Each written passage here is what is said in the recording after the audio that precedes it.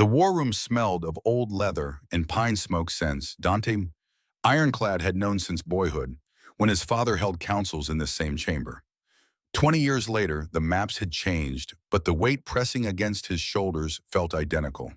Beta Liam stood across the oak table, silver threading through his dark hair, the scars on his knuckles testament to 4 decades of warfare. The intelligence report lay between them like a loaded weapon. Liam's finger traced a route through Montana territory, his voice carrying the gravel of too many campaign seasons. 500 fighters minimum. Marcus isn't running entertainment, he's building an army. Every prisoner who survives 20 bouts gets conscripted. We've confirmed training rotation supply chains from 3 black market dealers and enough silver ammunition to outfit a battalion. The other council members shifted in their seats. Elder Silas leaned forward, his weathered face twisted with concern that might have been genuine or might have been theater. Silas had opposed Dante's ascension 10 years ago, had questioned every reform since, but pack law demanded his seat at this table regardless of personal friction. "We strike now before he's ready." Silas's words came fast, too eager. "Waiting gives him advantage." Dante kept his gaze on the map. The Rockies sprawled across the paper territorial boundaries marked in fading ink. His kingdom, if you could call it that, stretched through Colorado into Wyoming, hard-won land his grandfather had bled for during the border wars. Marcus controlled Montana approaches neutral territory, forming a buffer neither side had violated in 30 years. An unprovoked attack would shatter that treaty, would turn allied packs against ironclad faster than Marcus could manage with propaganda alone. "We need justification the council recognizes." Dante straightened, meeting each pair of eyes around the table. "Attack without cause makes us the aggressors. Marcus is counting on us making that mistake." Liam nodded, once the gesture of a man who taught Dante everything about leadership worth knowing.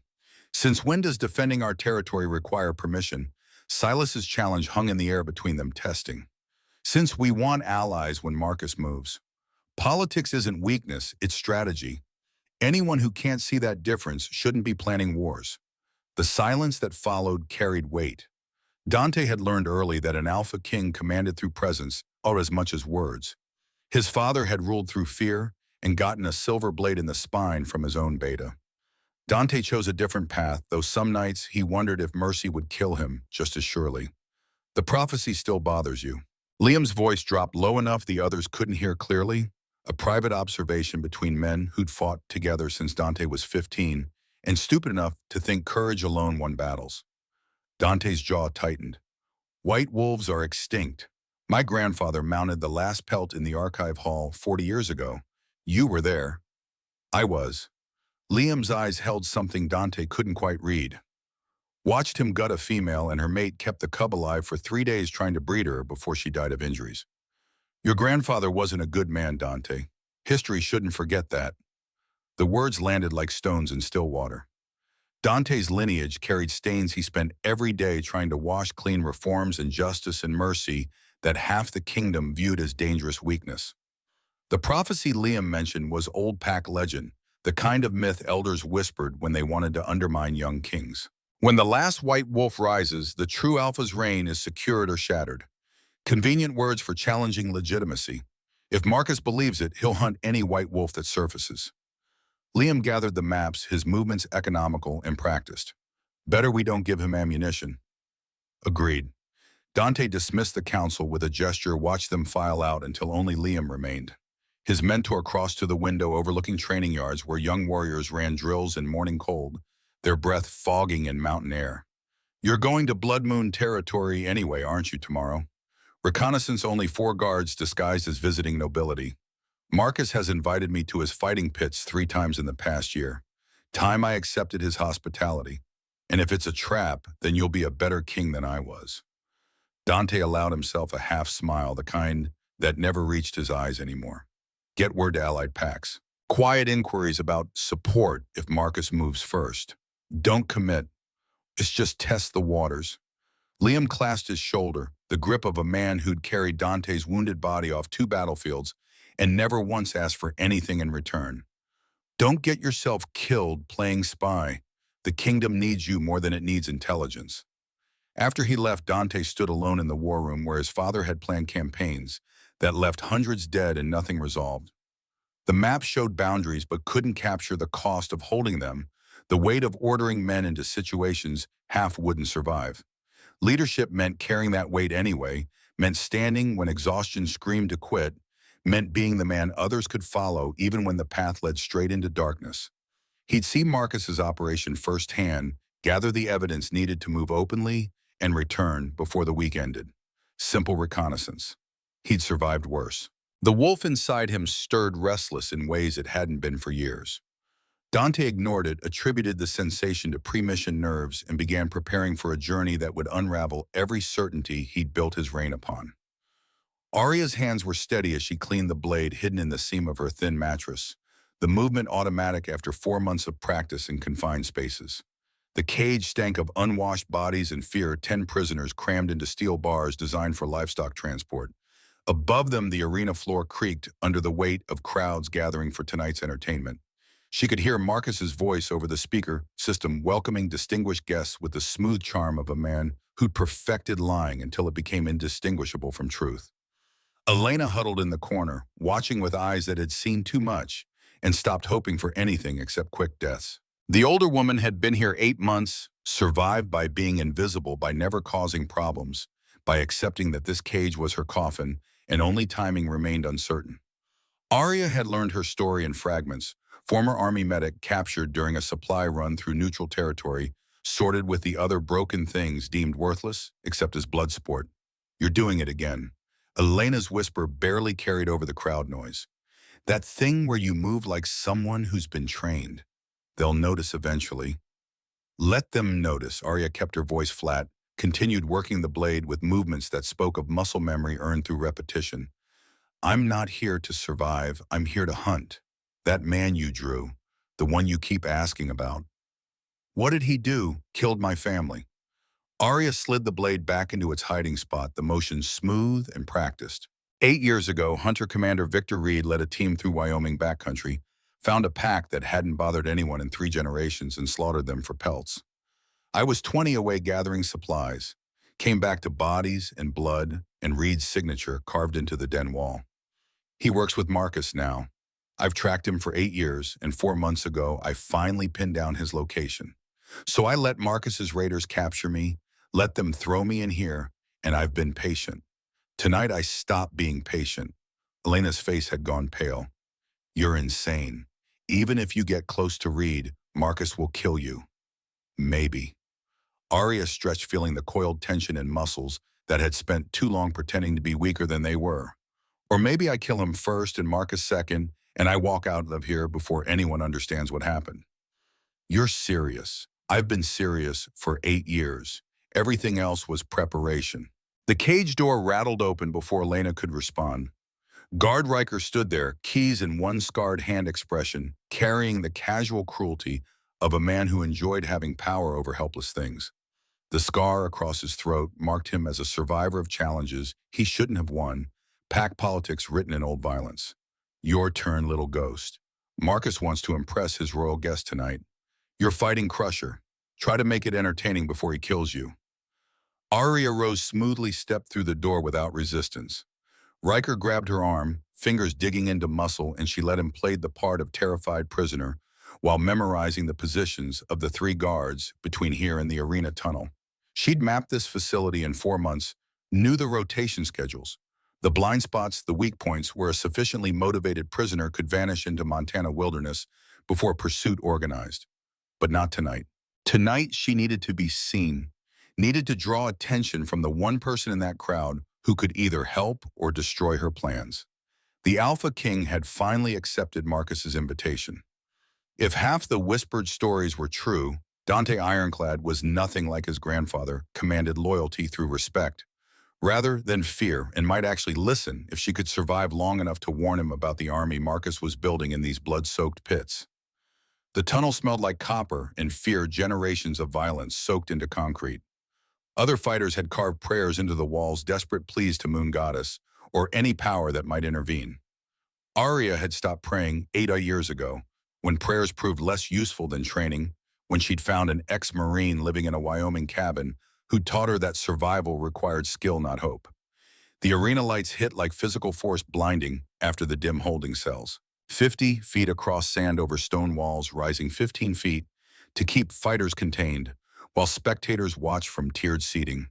500 wolves packed the stands, their bloodlust palpable, the collective hunger of predators denied their nature by civilization and seeking proxy violence. Arya's eyes adjusted, found the royal box immediately. Dante Ironclad sat beside Marcus, and even from across the arena, Arya felt the impact of his presence. Power radiated from him in waves that made every wolf in the building subtly orient toward him, instinct recognizing absolute dominance. Dark hair fell past his shoulders, pale blue eyes scanning the arena with the attention of a tactician rather than a spectator. He wore simple clothing that somehow looked more regal than Marcus's gaudy display, the confidence of a man who'd proven himself so thoroughly he no longer needed external validation. Their eyes met across the distance. Something electric shot through Arya's chest. Recognition that bypassed conscious thought and went straight to the wolf she'd kept suppressed for 8 years. Her animal side screamed mine with a certainty that shook her, threatened the control she'd maintained through discipline and necessity. She'd heard stories about mate bonds, dismissed them as romantic fiction, pack elders used to justify arranged partnerships. Standing in blood-soaked sand, while a king stared at her with dawning shock, Arya understood the stories hadn't captured even a fraction of the reality. Dante's expression shifted from mild interest to something that looked almost like horror. He leaned forward in his seat, every line of his body gone tense, his gaze locked on her with intensity that made her skin prickle. Why was he reacting before she'd shifted? She appeared human, weak, unremarkable, unless the opposite gate opened and Crusher entered the arena. The fighter stood 7 feet tall in human form, muscles layered over a frame that suggested bare ancestry somewhere in his bloodline. Scars covered every visible inch of skin, testimony to 15 months of survival in these pits. 43 opponents dead by his hands. They kept him half-starved between fights, channeling his rage into violence that kept crowds returning, kept Marcus's profits climbing, kept the machine running on blood and suffering.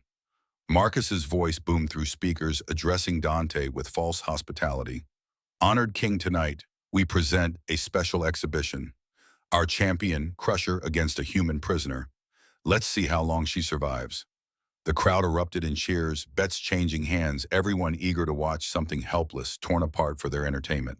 Arya recognized the psychology violence against the weak. Let them feel powerful, let them pretend they weren't trapped in their own ways, that they controlled something, even if that something was just deciding whether to cheer for fast death or slow suffering. A gong sounded somewhere, the ancient signal that civilized rules no longer applied. Crusher shifted mid-stride, his body transforming into a massive hybrid form that should have been impossible wolf head and claws bare torso, and power something his bloodline had produced through generations of careful breeding. He charged across the arena with deadly intent, jaws open, clearly planning to end this quickly so Marcus could move on to more competitive entertainment. Arya ran, not from panic but from tactics, creating distance while she calculated angles and options. The crowd loved it, their laughter washing over her as she scrambled across sand, appearing to be nothing more than desperate prey extending the inevitable. Crusher was playing with her, could have caught her already, but drew out the chase, enjoying her fear. Except Arya wasn't afraid. She was counting steps, memorizing his patterns, identifying the slight favor he gave his left leg where old injury hadn't healed properly. Every fighter had weaknesses, gaps in their technique, habits that became predictable under pressure. Crusher relied on overwhelming power, expected opponents to freeze or break, had never learned to adapt when someone refused to cooperate with their own death. He lunged, jaws snapping shut inches from her leg. Arya stumbled, fell hard on the sand, rolled to avoid the next attack. His weight crushed down on her breath, hot against her face, teeth far too close to her throat. The crowd screamed approval, standing now wanting to see the kill. 8 years of hiding burned through Arya like wildfire. 8 years of suppressing her wolf, of living as something less than whole, of pretending weakness, while power coiled unused inside her. She'd promised her mother with her dying breath to never shift, to never reveal what she was, to survive, even if survival meant denying herself. That promise had kept her alive through poverty and hardship and constant vigilance. But her mother hadn't anticipated this moment, hadn't foreseen a king staring at her with recognition, hadn't understood that sometimes staying hidden meant dying for nothing. Arya had spent 8 years preparing for revenge, and she couldn't get revenge as a corpse. She'd spent 4 months infiltrating this operation, and intelligence died with her if she let Crusher's teeth find her throat. She made the choice in a heartbeat that felt like eternity. Her wolf surged up to meet her power that had only grown stronger during its long suppression, exploding outward with force that took Crusher completely by surprise. The shift tore through her partial transformation that let her keep human tactical thinking while gaining animal weapons. Claws erupted from her fingers, white as snow gleaming in the arena lights, and she drove them into Crusher's exposed throat with the precision her marine instructor had drilled into her for 2 years straight. The hybrid stumbled back, shock written across his features.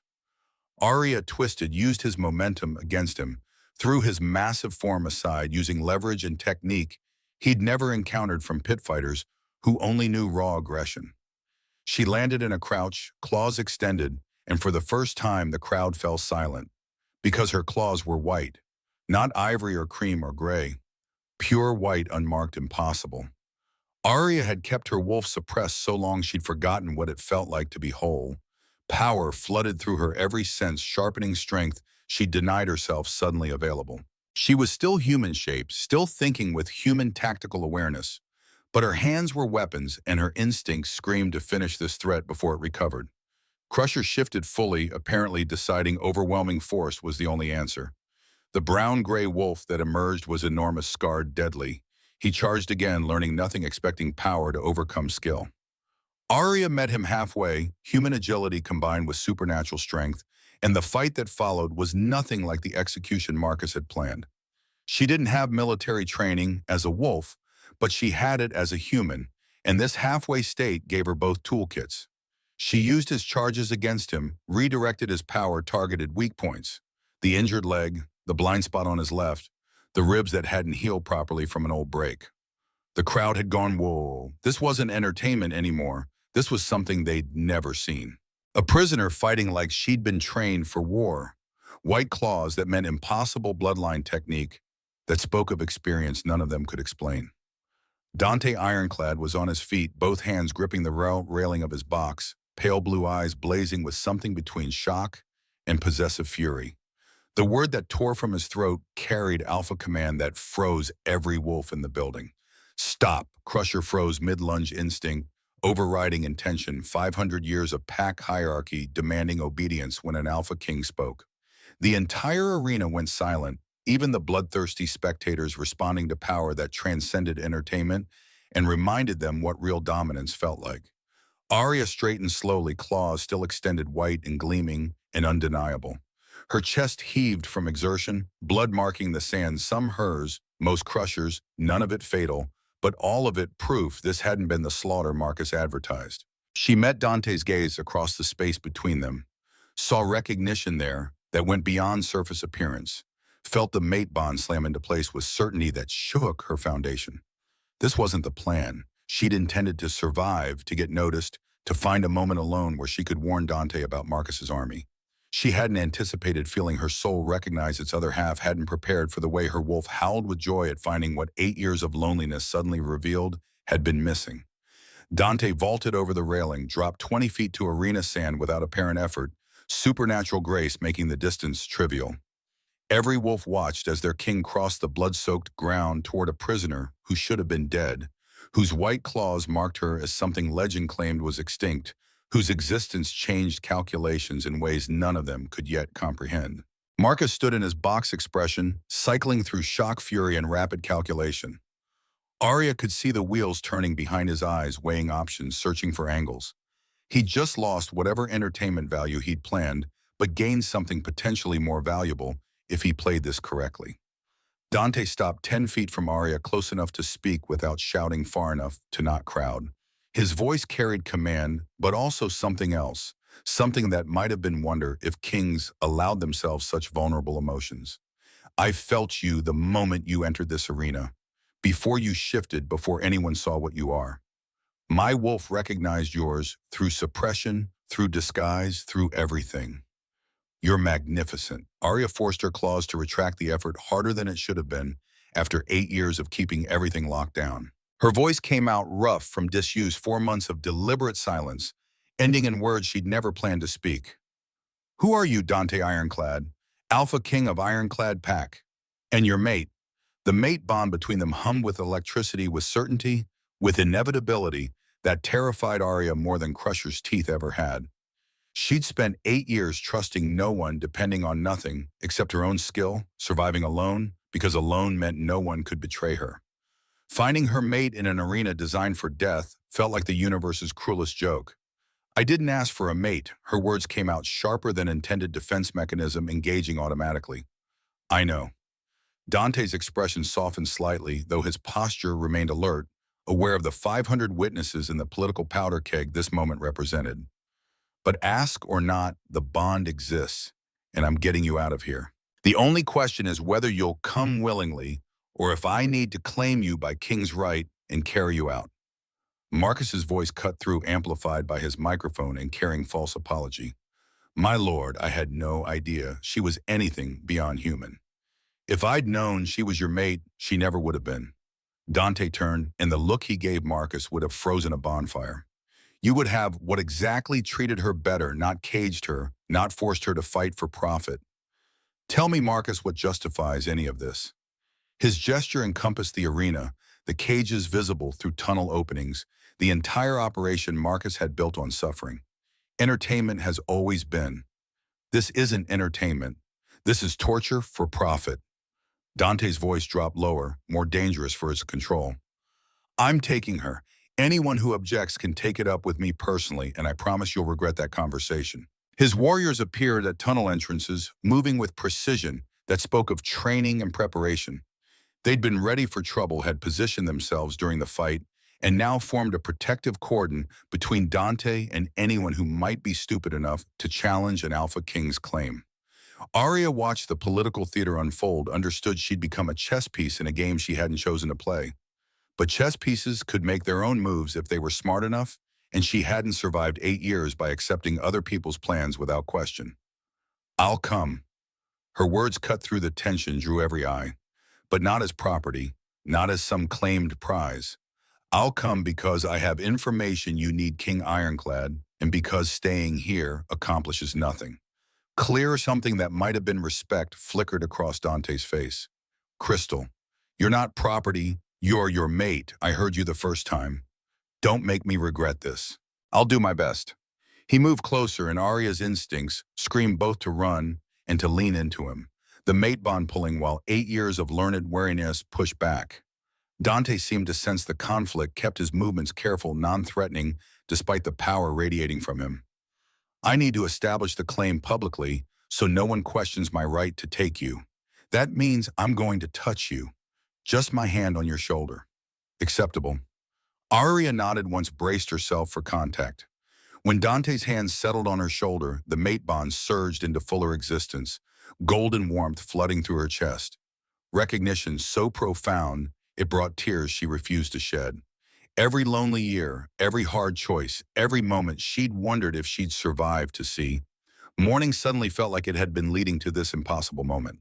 Dante's eyes closed briefly, his hand tightening on her shoulder, and when he opened them again, they blazed with possessive certainty that should have terrified her, but instead felt like the first safety she'd known since her family died. He turned to face the crowd, his warriors, Marcus, every witness to this circus. His voice carried absolute authority, the kind that bent reality through sheer force of will. "This wolf is mine by right of mate bond. I'm taking her into my custody. Anyone who objects can take it up with me personally. Anyone who tries to follow or interfere will be considered an enemy of the crown and dealt with accordingly." No one moved, no one dared. An Alpha King claiming his mate was sacred, inviolable, and Dante's power was such that even wolves high on bloodlust and greed knew better than to challenge him. They moved as a unit toward the tunnel, Dante keeping his hand on Arya's shoulder, his warriors forming a protective formation around them. The crowd parted instinctively, pack hierarchy asserting itself, everyone recognizing they'd witnessed something that would be discussed for years.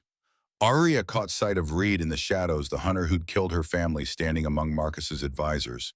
Their eyes met, and Reed's expression shifted from confusion to recognition to calculation. He'd spent 8 years hunting for a white wolf pup, who'd vanished, and now she'd reappeared in the last place he'd expect, claimed by an Alpha King, suddenly untouchable. She memorized his position, his stance, the way he moved. 8 years of hunting had taught her patience, and patience had brought her within striking distance of the man who'd destroyed everything she'd loved. Being claimed by Dante complicated her plans but didn't eliminate them. She'd find a way to read eventually. She always did. They passed through tunnels that reeked of blood and suffering, past cages where prisoners watched in silent shock. Arya wanted to stop, to free them, to burn this entire operation to ashes and salt the earth where it stood. But timing mattered in warfare, and right now she needed to survive long enough to deliver intelligence that would dismantle Marcus's army before it marched. One of Dante's guards opened a door to the outside world. Cold Montana air hit Arya's face, winter bite that felt like freedom after 4 months of recycled arena atmosphere. Horses waited in the darkness beyond, along with more warriors maintaining perimeter security. These weren't ceremonial guards, they were combat veterans moving with the efficiency of men who'd survived situations that killed others. Dante paused at the threshold, turned to face her. "Can you travel, or do you need medical attention first?" "I can travel." Arya's voice came out steadier than she felt. "But I need to tell you something before we go further. I wasn't captured by accident. I let Marcus's raiders take me. I've spent 4 months gathering intelligence on an army he's building using these fighting pits. 500 trained fighters, minimum military-grade equipment, in a timeline that puts him moving within weeks. You need to know what you're facing." Dante studied her for a long moment, and Arya could see the tactical mind behind those pale blue eyes, processing information, recalculating assumptions, adjusting strategy. "Then we'll talk while we ride. My territory is 2 days from here, and I want distance between us and Marcus before he decides mate bonds are less sacred than white wolf pelts." The journey north toward ironclad territory unfolded in careful stages each hour, putting more distance between Arya and the cage that had held her, each mile stripping away the prisoner role she'd worn for 4 months. Dante had offered her a horse, but she'd refused. Needed to move. On her own legs, needed the physical exertion to burn off the adrenaline still coursing through her system. The mate bond hummed between them, growing stronger with proximity, but remaining unacknowledged by spoken agreement. His warriors maintained professional distance, giving space while staying alert for pursuit that never materialized. Marcus was many things, but not stupid enough to chase an Alpha King who'd made his claim public. Whatever plans he'd had for a white wolf, they died the moment Dante purchased her from the arena. Political calculations would be happening. Now alliances shifting, new strategies forming to account for variables no one had predicted. They stopped at dawn to rest the horses and allow Arya to recover enough energy to shift back to human form. The transformation left her dizzy and exhausted. 8 years of suppression didn't vanish in a single night, and her body protested the sudden freedom with muscle aches and bone-deep fatigue. One of the warriors provided a cloak without comment, averting his eyes with respect that jarred against 4 months of brutal treatment. Dante was waiting when she emerged from the trees, standing near the edge of their camp and staring back toward Montana with an expression she couldn't quite read. Fury warred with calculation on his face, the look of a man processing information he wished he didn't have. "How much of what you told me is verified?" His question came without preamble, tactician taking priority over mate. "All of it." Arya wrapped the cloak tighter against morning cold. "I spent 4 months mapping that facility, memorizing guard rotations, tracking supply deliveries, and eavesdropping on conversations Marcus didn't know prisoners could hear. He's got 500 fighters trained to military standards, enough silver ammunition to outfit 2 battalions, and connections to 3 black market dealers who've been running weapons through neutral territory for the past year. The fighting rings aren't about profit anymore. They're about recruitment. Win 20 bouts and you get conscripted into his army. Refuse and they kill your family. He's built a machine that turns desperation into soldiers." Dante's jaw tightened. "And his target, you. Specifically your kingdom and your legitimacy as Alpha King. He's been building political alliances, whispering about weak leadership and dangerous reforms, positioning himself as the strong alternative. The army moves within 6 weeks unless something changes his timeline. Why infiltrate alone? Why not bring intelligence to me months ago? Because I had my own target in that camp." Arya met his gaze directly, refusing to flinch from the truth. Victor Reed, commander of the Hunter Syndicate that killed my family 8 years ago. He works with Marcus as military advisor. I've been tracking Reed for 8 years, and 4 months ago, I finally pinned down his location. So I let myself get captured, positioned myself where I could observe and strike when opportunity presented. Then you showed up and claimed me before I could complete my mission. Dante was silent for a long moment, and Arya could practically hear the gears turning in his tactical mind. You're telling me you're an undercover operative who's been playing prisoner while gathering intelligence for a personal revenge mission, and I just extracted you from the middle of your operation. That's an accurate summary, yes. He laughed sharp and bitter. Fate has a twisted sense of humor. My mate is a spy with a death wish who let herself get thrown into fighting rings to hunt the man who murdered her family. I don't have a death wish. I have a purpose. There's a difference, is there? Because from where I'm standing, your plan involves significant probability of death, and you executed it anyway. My plan involved calculated risk professional training and 8 years of preparation. Arya's voice hardened. I've survived things that would break most people, King Ironclad. I'm still standing because I'm good at what I do, not because I'm lucky or reckless. Reed killed my parents, my siblings, my entire pack. 23 wolves slaughtered for pelts and profit. I was 20 years old away gathering supplies, came back to bodies and blood and nothing left of the life I'd known. So yes, I spent 8 years tracking him. Yes, I infiltrated Marcus's operation to get close. And yes, I would do it again because some debts can only be paid in blood. Dante's expression shifted anger, fading into something that looked almost like understanding. Who trained you, those moves in the arena that wasn't self-taught? Ex-Marine I met in Wyoming 3 years after my family died. Former Force Recon retired to a cabin in the mountains, took one look at me, and apparently decided I was worth saving. Spent 2 years teaching me everything he knew about combat survival and intelligence gathering. Died of a heart attack 6 months before I tracked Reed to Montana. He would have told me this plan was stupid. But you did it anyway. I did it anyway. Because Reed doesn't get to live freely while my family rots in unmarked graves. Because justice matters even when it's inconvenient. Another long silence. Dante moved closer, and Arya forced herself not to step back, not to show the wariness 8 years had beaten into her bones. He stopped within arm's reach, close enough that the mate bond flared between them, golden warmth that felt like coming home, and terrified her precisely because it felt so right. I won't lie to you, Arya. The mate bond complicates everything, your mission, my politics, the war with Marcus that's coming, whether we're ready or not. But here's what I know. You're the most capable person I've encountered in a decade of leadership.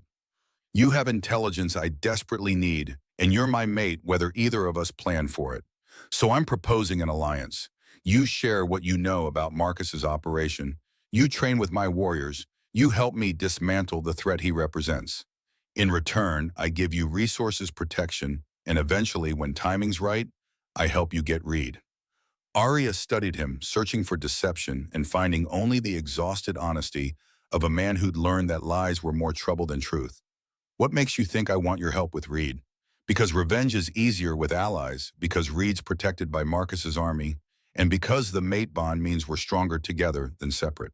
You can reject it, push me away, maintain your independence. But tactics are tactics, and pretending we're not mated doesn't change strategic reality.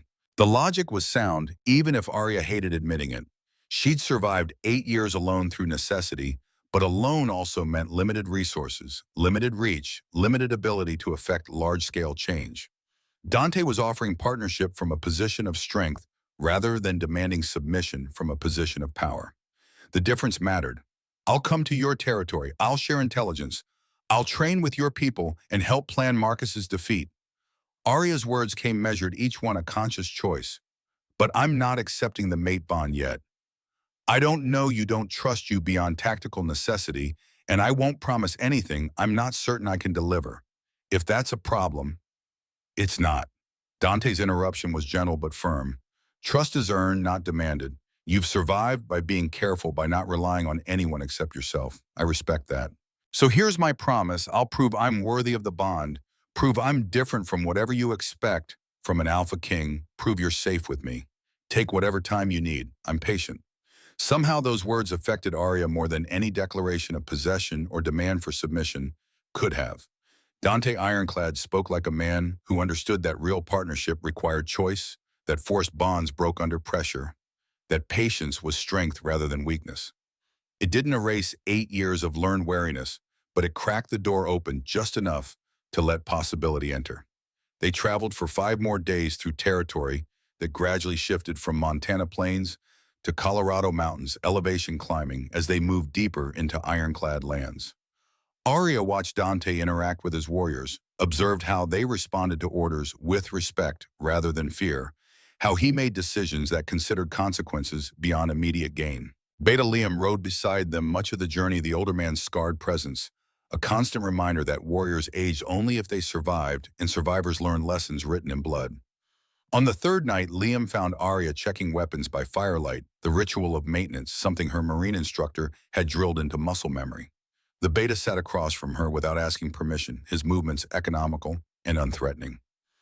You fought well in that arena. Liam's observation came casual, but his eyes held the sharpness of a man who missed nothing. Military training shows. What branch? I wasn't military. Just lucky enough to find someone who was willing to teach. Former Force Recon, you said. Those men don't take students casually. He saw something in you worth saving. Arya continued cleaning the blade she'd been given, keeping her hands busy. He saw someone angry enough to be dangerous and smart enough to be trained. Gave me tools to channel rage into purpose. And has that purpose kept you warm at night? Kept you safe? Given you anything beyond survival? The question hit harder than Arya expected, exposed the hollowness she'd been ignoring for 8 years while pursuing Reed. Survival meant existing, meant continuing, but it didn't mean living. She'd forgotten what joy felt like, what connection meant, what it was to trust someone with vulnerability instead of constantly maintaining walls. I survived. That was enough. Was it? Liam's voice carried no judgment, just the question of a man who'd seen too many warriors mistake endurance for victory. Or were you just waiting to die while pretending to live? Before Arya could answer, Dante called for Liam some question about the next day's route. The Beta Rose paused before leaving. He's a good king, better than his father, better than his grandfather, better than most men I've served. You could do worse than giving him a chance. After he left, Arya sat alone with her weapons and her thoughts, the question echoing in the silence between heartbeats. Had she been living or just postponing death?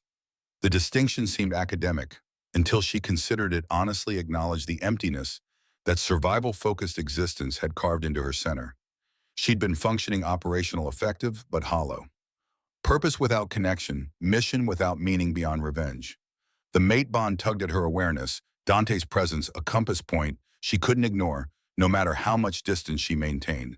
He'd kept his word about not pressuring her, had given space while remaining available, had treated her like an allied operative rather than claimed property. Every interaction built evidence that maybe possibly he was different from what experience had taught her to expect from alphas, with power. They reached Ironclad Fortress on the evening of the 6th day, and Arya's first sight of Dante's kingdom stole what breath exhaustion had left her.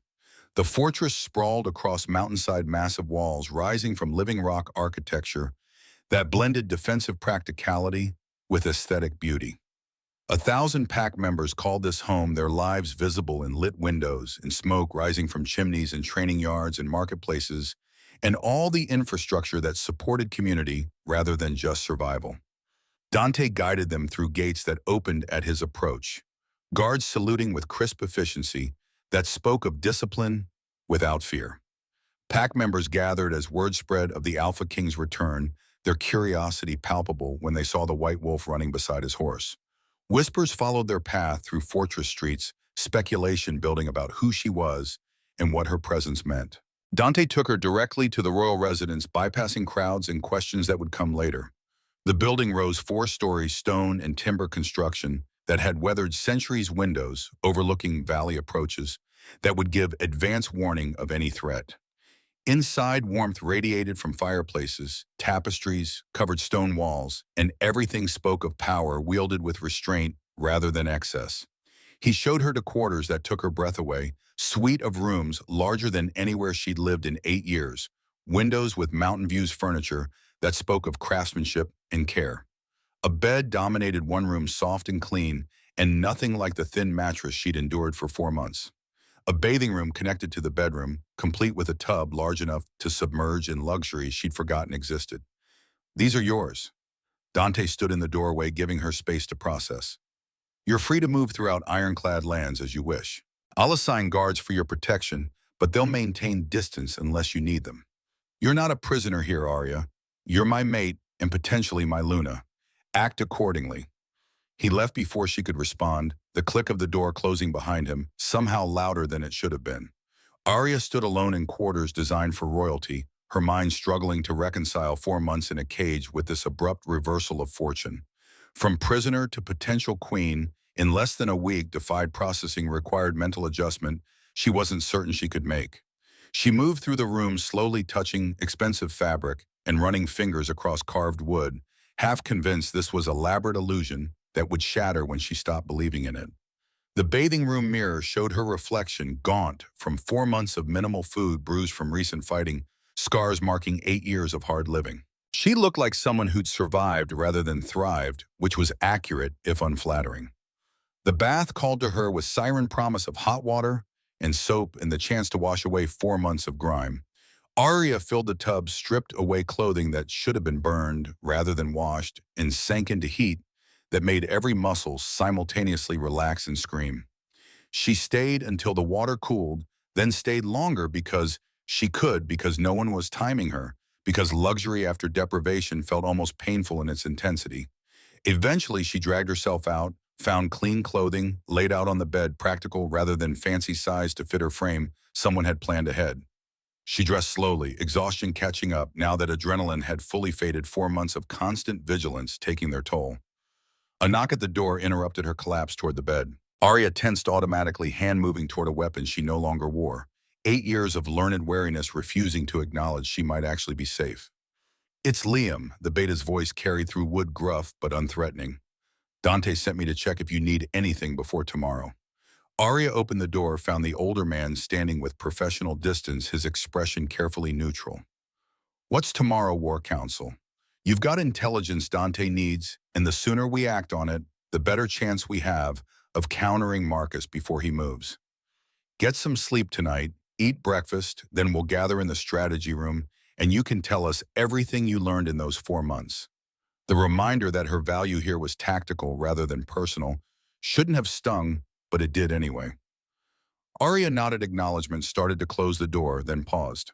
Liam, how long have you known him? Since he was 15 and stupid enough to think courage alone won battles. The beta's expression softened slightly. Watched him grow from an angry kid into a good king. He's not perfect, makes mistakes, same as anyone, but he tries. That's rarer than you'd think in men with power. After he left, Arya finally allowed herself to collapse onto the bed, soft and clean, and everything a cage hadn't been. Sleep should have come easily, but her mind wouldn't stop processing, wouldn't stop replaying the week's impossible events, wouldn't stop feeling the mate bond humming beneath her awareness like a second heartbeat. She'd gone from hunter to prisoner to mate in the span of days, her carefully laid plans torn apart by variables she'd never anticipated. Reed remained untouched, Marcus's army still prepared for war, and she'd gained an AlphaKing mate who offered partnership instead of possession. Nothing made sense. Everything had changed, and Arya had no idea whether she'd made the right choices or catastrophic mistakes. Tomorrow she'd present intelligence that could prevent war or accelerate it depending on how Council responded. Tomorrow she'd begin integrating into a pack after 8 years of deliberate isolation. Tomorrow she'd start proving she was more than her bloodline, more than her tragedy, more than the broken thing Marcus had tried to destroy in his arena. Tonight she was just exhausted, just overwhelmed, just a woman who'd survived when survival should have been impossible and wasn't certain what came next. The mate bond pulsed once warm and reassuring, and Arya finally let herself acknowledge that maybe possibly she wasn't alone anymore. The thought terrified and comforted in equal measure, 8 years of loneliness suddenly visible in contrast to connection she'd never expected to find. Sleep claimed her eventually, deep and dreamless, the first truly restful night she'd experienced since her family died, and set her on the path that led to an arena in Montana and an AlphaKing who saw past her scars to the warrior beneath. Dawn broke over ironclad fortress with mountain clarity, the kind of cold that burned lungs and sharpened focus. Arya stood in the training yard watching 20 warriors run drills, their movements synchronized through years of practice efficiency that spoke of military discipline rather than pack hierarchy theatrics. Beta Liam had summoned her an hour before sunrise with instructions that left no room for negotiation. Elite Guard trials began immediately. Her intelligence briefing to War Council would wait until she proved herself worthy of their respect. Gamma Cole approached across packed Earth, 30 years old, with the cocky confidence of a man who'd won more fights than he'd lost, and expected this morning to follow that pattern. Scars marked his forearms where silver had burned testimony to battles survived, and his grin carried the challenge of someone who'd heard stories about arena fights, but doubted reality matched legend. The other warriors formed a loose circle, their attention shifting from morning drills to the spectacle about to unfold. Arya recognized the test for what it was: political theater designed to establish pecking order, to determine whether the Alpha King's mate deserved respect beyond her bloodline and bond. She'd expected this, had prepared for it during 8 years of training that taught her reputation meant nothing without demonstration. Hand-to-hand first blood or submission. Cole stripped off his shirt, despite the cold displaying muscle earned through constant work. No claws, no shifting, pure skill. You good with that? Arya shed the jacket someone had provided, rolled her shoulders to loosen muscles. Still recovering from 4 months of inadequate nutrition and recent combat. Works for me. They circled each other, moving with the fluid grace of someone who'd studied multiple fighting styles and integrated them into personal methodology. He feinted left, testing her reactions, evaluating speed and defensive instincts. Arya didn't bite, kept her guard high, waited for him to commit to something real, rather than probing attacks. The first genuine strike came: fast jab toward her face, followed immediately by leg sweep, attempting to take her off balance. Arya blocked the chow, saw the sweep coming, and used his extended leg as leverage to drive her knee into his exposed ribs with force that emptied his lungs in a surprise gasp. She followed through with an elbow toward his temple that he barely deflected, then created distance before he could grapple. Cole's expression shifted from cocky to focused, recalibrating his assessment. The watching warriors murmured among themselves, odds, apparently adjusting in real time. They engaged again, faster now, Cole abandoning the testing phase and committing fully. He was good, years of experience, evident in his technique, in the way he chained combinations and adapted when initial attacks failed. But Arya's Marine instructor had drilled her for 2 years straight, had beaten defensive instincts into muscle memory, had taught her that fighting wasn't about strength or speed alone, but about reading opponents and exploiting microscopic gaps in their technique. Cole relied too heavily on his reach advantage, telegraphed his power strikes fractionally before committing, and favored his right side in ways that suggested old injury to his left shoulder. Arya cataloged these weaknesses while defending, waited for the opening she knew would come, then struck with precision that bypassed his guard entirely. She caught his extended wrist, used his momentum against him, and executed a throw her instructor had made her practice 10,000 times until it became instinctive. Cole hit the ground, hard air, driven from lungs already taxed by earlier strikes, and Arya followed him down with knee on chest and hand cocked for the strike that would draw first blood. Yield. His word came out, breathless but clear, acknowledgement given without hesitation. Arya released him immediately, offered a hand. He accepted after brief consideration. Cole rose, rubbed his ribs where her knee had landed, and the grin that split his face carried genuine respect rather than performative courtesy. Damn, you fight like you've been doing it since you could walk. Had a good teacher. Arya kept her tone neutral, refused to make this moment about ego or dominance displays. Just technique and practice. The warriors erupted in approval, the kind of genuine response that couldn't be faked. Lieutenant Sarah stepped forward, next a woman in her late 20s whose reputation with bladed weapons had reached even the fighting pits where Arya had gathered intelligence. The challenge in her eyes carried different energy than Cole's test, not questioning competence, but measuring it against her own considerable skill. Silver Blade's sparring rules. Sarah drew 2 practice weapons from the rack, their edges dulled, but weight and balance authentic. Unless you need time to recover, Arya accepted the offered blade, tested its balance with movements that revealed familiarity. I'm good. The weapons trial proceeded with deadly grace, silver gleaming in morning light, as both fighters probed for advantages.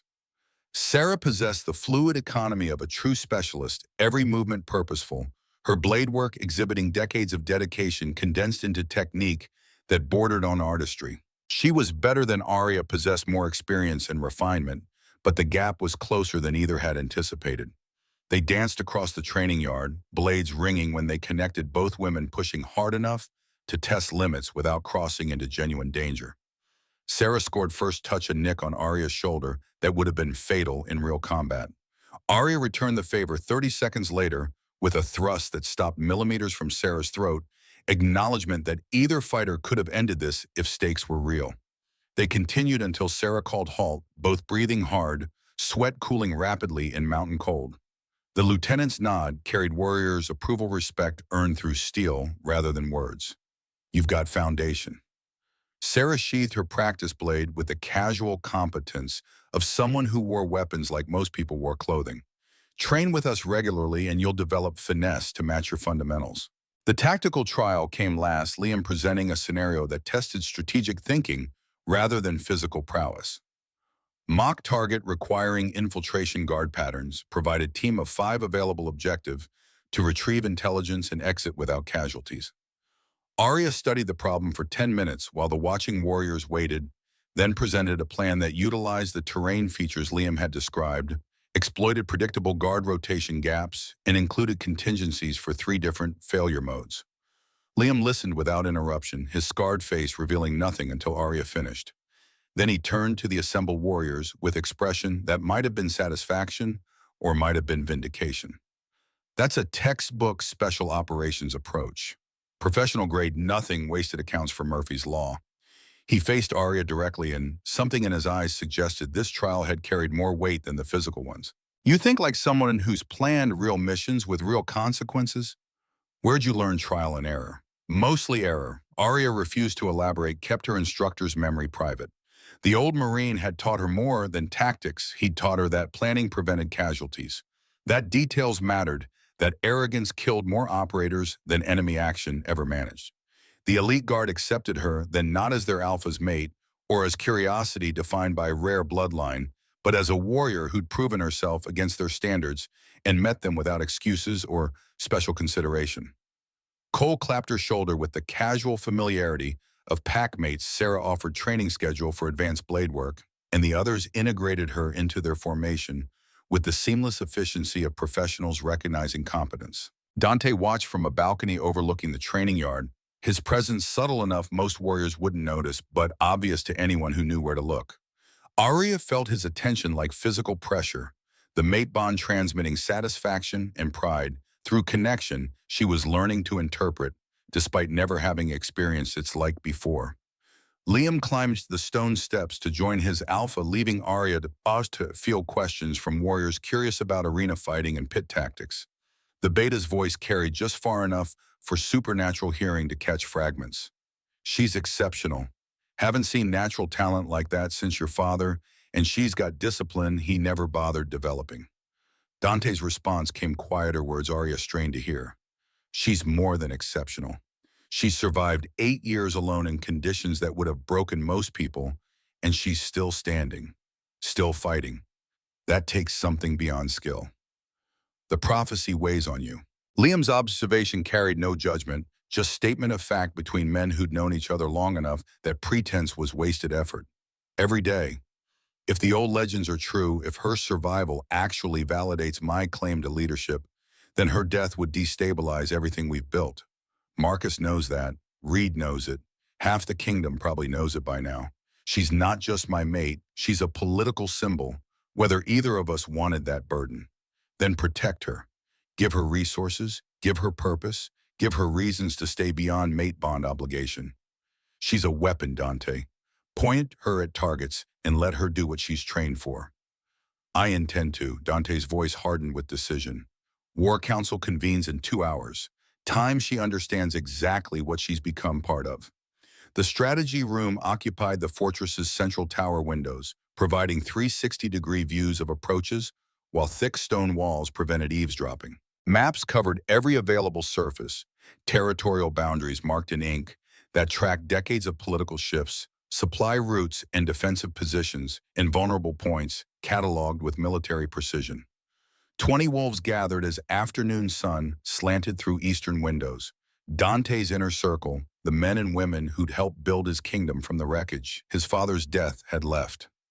Elder Silas occupied his traditional position at Dante's right hand, the 60-year-old's face carrying skepticism he had worn since Arya's introduction that morning.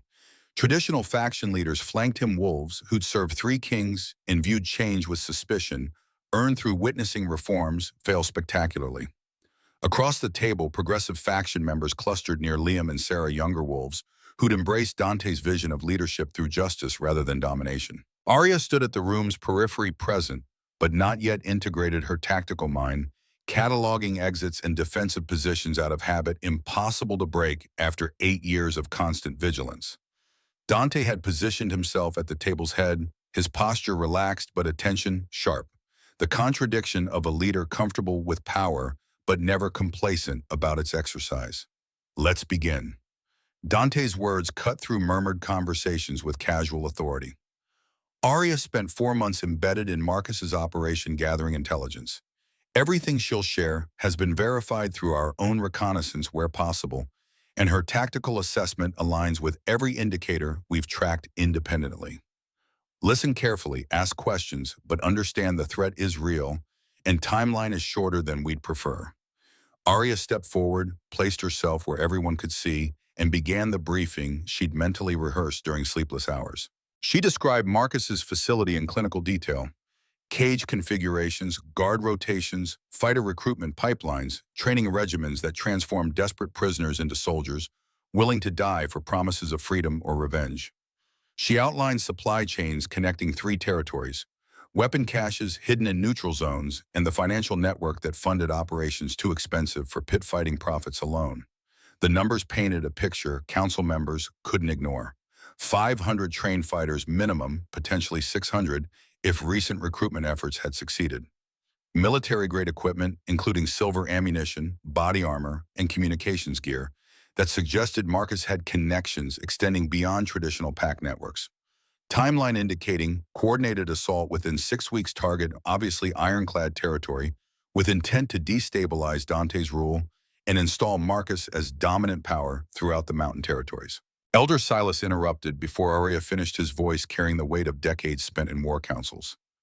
You expect us to accept intelligence from someone who conveniently appears claiming mate bond to our king, providing information that justifies preemptive military action? This could be elaborate deception designed to manipulate us into aggression that destroys our political standing.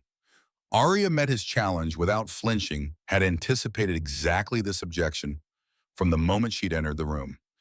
Everything I've told you can be verified through reconnaissance. Send teams to the locations I've identified, watch the supply routes I've mapped, count the fighters I've described. I don't need you to trust me, Elder. I need you to trust your own observations. Convenient answer. Silas's expression hardened, but verification takes time we may not have if your timeline is accurate, which creates pressure to act on faith rather than evidence, exactly what skilled intelligence operatives exploit. Then verify the claims you can verify immediately and make decisions about the rest based on risk assessment. Arya's tone sharpened patience worn thin by political maneuvering when tactical realities demanded action. Marcus is building an army. That's not speculation. That's observable fact your own scouts can confirm within days. Whether you believe my timeline or my motivations is secondary to acknowledging the threat exists and requires response. Liam spoke before Silas could respond, his voice cutting through rising tension with the authority of someone who'd earned respect through blood rather than politics. I sent teams to 3 of her identified locations while she was sleeping last night. They reported back an hour ago. Supply depot, exactly where she said, guard patterns matching her description, weapons cache containing silver ammunition in quantities that support her assessment. The intelligence is solid. The pronouncement shifted council dynamics immediately, Silas's faction losing rhetorical ground, while progressive members leaned forward with renewed attention. Dante allowed the moment to settle, let council absorb implications, then spoke with the measured calm of a leader who'd already made decisions and was now building consensus around them. Marcus moves in 6 weeks. We have three options: wait and defend and strike first, or force his hand through strategic manipulation. I won't order preemptive attack without justification. The Allied Council recognizes which eliminates striking first. Pure defense cedes initiative and advantages his larger force. That leaves option three. What manipulation? Sarah's question voiced what others were thinking, tactical minds already working through possibilities. We leak false intelligence suggesting ironclad vulnerability, reduce garrison supply problems, leadership distraction. Make Marcus think attacking now rather than waiting offers overwhelming advantage. He moves early with incomplete preparation. We're ready for him and we have clear justification for response since he initiated the hostilities. Elder Silas leaned back, calculation replacing skepticism as he processed the strategy. Risky. If he sees through the deception, we've revealed our awareness and lost surprise advantage. If he doesn't, we fight on our terms with moral and tactical high ground. Dante's gaze swept the council. I'm not asking for unanimous agreement, but I am asking for support. Anyone opposed to this approach needs to speak now. Silence answered him, the kind of absence that signified consent without enthusiasm. Warriors accepting leadership decisions even when uncertainty remained. Arya watched the political theater unfold, recognized Dante's skill at building coalition through inclusion, rather than decree at making others feel heard while steering toward predetermined conclusions. His father had ruled through fear and died badly. Dante ruled through consensus and had survived 10 years in position that killed most occupants within 5. Council broke into working groups, each assigned specific preparation tasks. Sarah would coordinate defensive preparations, Cole would handle false intelligence dissemination, Liam would manage Allied pack communications, and various others received assignments that played to their strengths while ensuring everyone contributed to collective effort. Dante caught Arya's eye as the room emptied, subtle gesture requesting she remain. When they were alone with only Liam and Sarah as witnesses, he approached with careful distance that acknowledged her continuing wariness. You did well, not just the intelligence, but handling Silas's challenge. He'll test you again probably multiple times, but you've established you won't be dismissed easily. I don't care about his approval. Arya's response came automatic defensive mechanism engaging without conscious thought. I care about stopping Marcus and finding Reed. Those goals align with keeping you alive, which means they're my goals too. Dante moved to the map table, traced supply routes with one finger while speaking. Reed's our wild card. He's valuable to Marcus as military advisor, but expendable if keeping him risks larger objectives. We need to separate him from Marcus's protection. Create opportunity for you to get answers without walking into army-sized response. You're assuming I want your help with Reed. I'm assuming you're smart enough to recognize solo operations against protected targets usually end badly. Dante looked up, pale blue eyes holding hers with intensity that made the mate bond flare between them. I'm not trying to control your revenge, Arya. I'm offering resources to improve success probability while reducing mortality risk. Use them or don't, but they're available. The offer landed differently than expected, felt less like manipulation and more like partnership between equals, who shared tactical interests despite personal complications. Arya's Marine instructor had drilled into her that pride killed operators, that accepting help wasn't weakness, but intelligence, that lone wolves died while pack members survived through coordinated effort. What did you have in mind? Training with my elite guard for the next few weeks. Learn our tactics, teach them yours. Build unit cohesion that makes combined operations feasible. When we move against Marcus, and we will move, you're embedded with the strike team. Reed will be there, will create opportunity, and you'll get your answers. But not as solo operative, as part of coordinated assault with backup and extraction planned in advance. The proposal made tactical sense, even if it required surrendering independence she'd maintained for 8 years.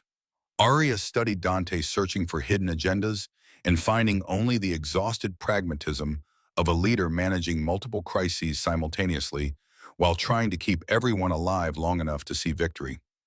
I'll train with your people. I'll integrate into your operations. But when I face Reed, that conversation happens alone.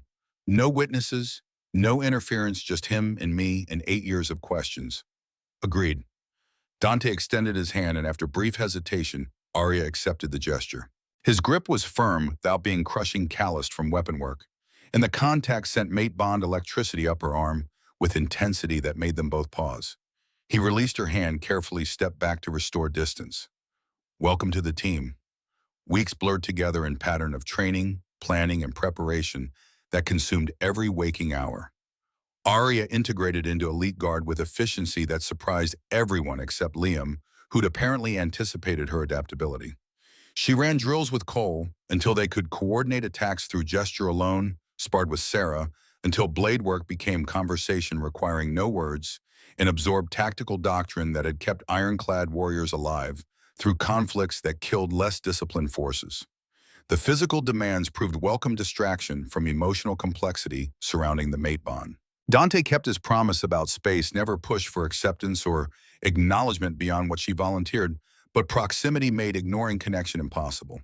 They shared meals where conversation ranged from strategy to philosophy, walked fortress grounds where he showed her kingdom infrastructure with obvious pride, and trained together in sessions where supernatural strength met tactical precision in combinations that left both satisfied and frustrated by what restraint prevented.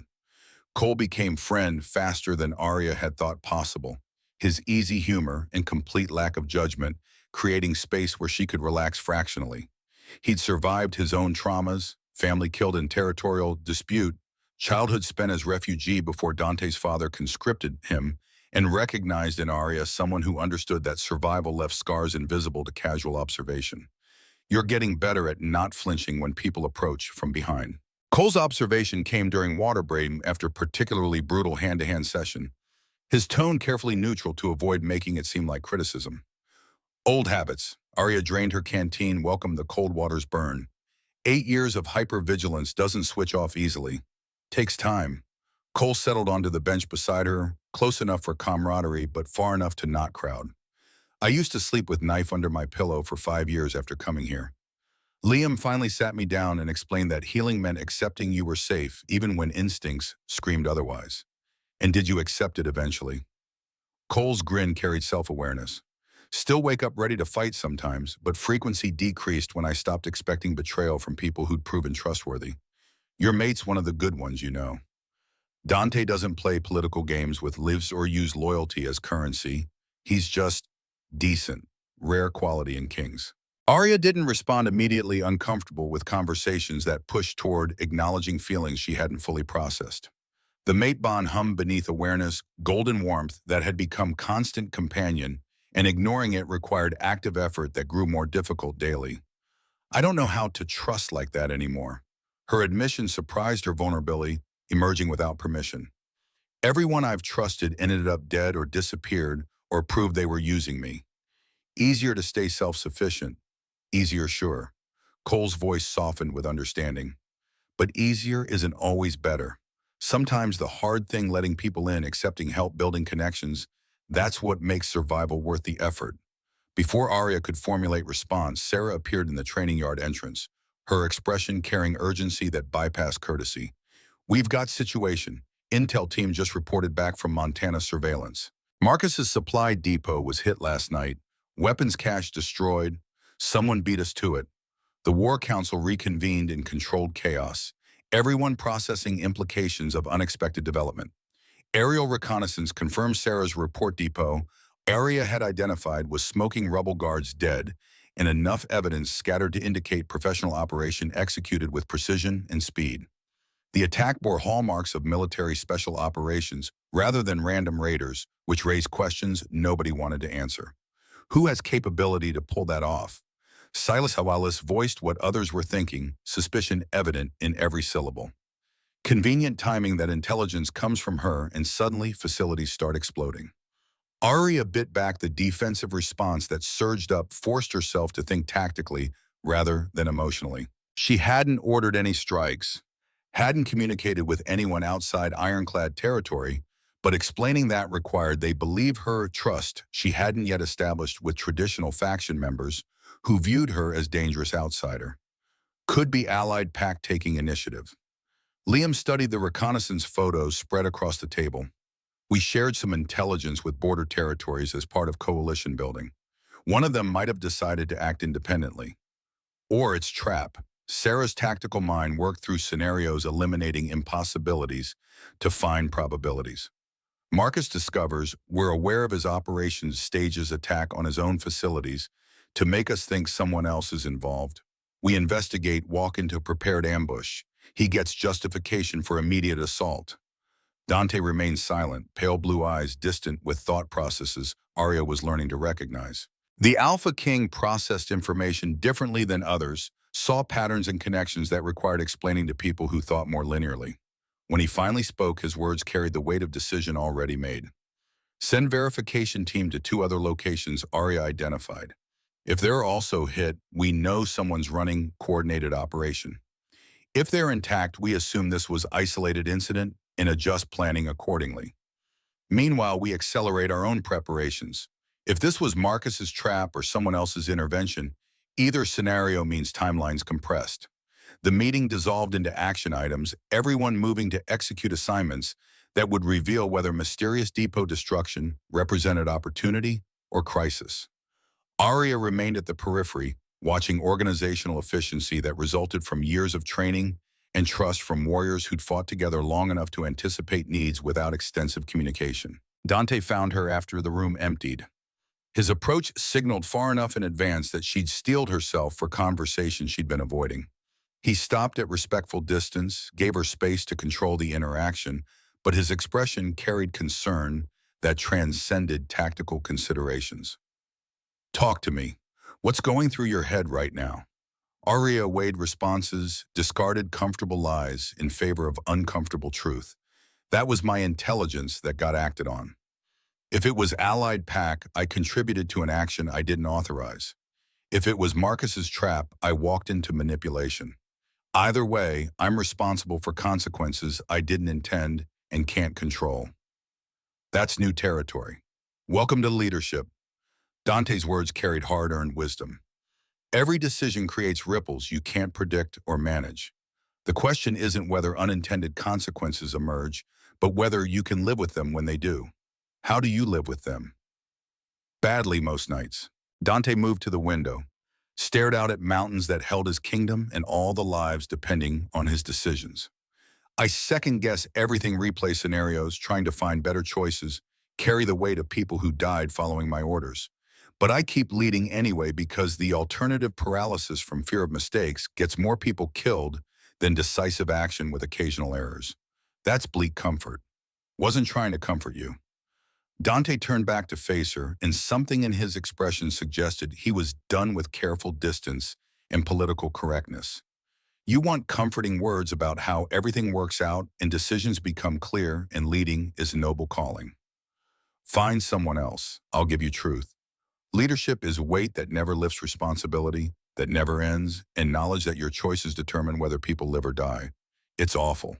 But it's also necessary because someone has to carry it, and I'd rather be the one making hard calls than subject to someone else's bad judgment. Why tell me this? Because you're my mate, because you're becoming part of my inner circle, whether you've accepted the bond yet, and because pretending leadership is anything except brutal necessity does you no favors. Dante's voice softened fractionally without losing its edge. You survived 8 years through tactical awareness and adaptive strategy. Apply those skills to politics and you'll navigate this successfully. But don't expect easy answers or moral clarity. They don't exist at this level. The honesty affected Arya more than reassurance could have felt, like Dante was treating her as equal, capable of handling truth rather than fragile thing requiring careful management. She'd spent 8 years trusting no one, and here was an Alpha King offering not promises of perfection, but acknowledgement of complexity. Before she could respond, Cole burst through the door with energy that suggested sprinting from training yards. His expression carried a mix of excitement and concern that immediately set everyone's nerves on edge. 3 more facilities hit, simultaneously. All locations Arya identified, all destroyed within same 2-hour window. Whoever's doing this has resources, coordination, and access to our intelligence. The implications settled heavy. This wasn't random action or Marcus's manipulation. This was coordinated campaign by unknown actor with professional capabilities and direct access to Ironclad's intelligence networks, which meant either betrayal from within or surveillance, they hadn't detected both possibilities carrying catastrophic risk. Lockdown protocols. Dante's command came instant tactical mind engaging without hesitation. Full security sweep communication blackout, except encrypted channels, and I want every person with access to that intelligence accounted for and interrogated. Someone either leaked or is actively working against us, and we find them now. The fortress transformed within minutes, warriors executing lockdown procedures with practiced efficiency that spoke of regular drills and institutional paranoia. Arya found herself swept into the security response, her outsider status making her simultaneously suspect and valuable suspect because she was unknown quantity valuable, because 8 years of intelligence work meant she recognized tradecraft others might miss. They found the evidence 3 hours into the investigation hidden in Elder Silas's nephew's quarters. Financial records showing deposits that exceeded legitimate income, communication logs connecting to known Marcus operatives, and detailed information about Ironclad's defensive preparations. Finn, 25 years old and rising fast through warrior ranks, had been selling intelligence for 6 months in exchange for promises of beta position in Marcus's new order. The arrest happened in the training yard before assembled pack public display designed to demonstrate that betrayal carried consequences regardless of family connections. Finn stood defiant, even in chains, his youth evident in the way he mistook ideological righteousness for wisdom earned through experience. "You're weak, Dante," Finn's voice carried across the assembled warriors, conviction making him bold despite circumstances. "Marcus is strong, takes what he wants, doesn't apologize for having power. That's real alpha behavior, not this democracy theater you're playing. Strength without justice is tyranny." Arya spoke before Dante could respond, her voice cutting through murmurs with authority earned through recent trials. "I've seen Marcus's strength up close.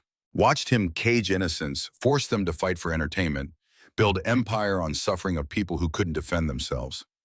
That's not strength, that's cowardice disguised as dominance. You're nobody." Finn's sneer carried contempt. "White Wolf doesn't make you wise, just makes you valuable as breeding stock. You don't understand what leadership requires. I understand survival requires more than power." Arya moved forward, positioned herself where every wolf could see her clearly.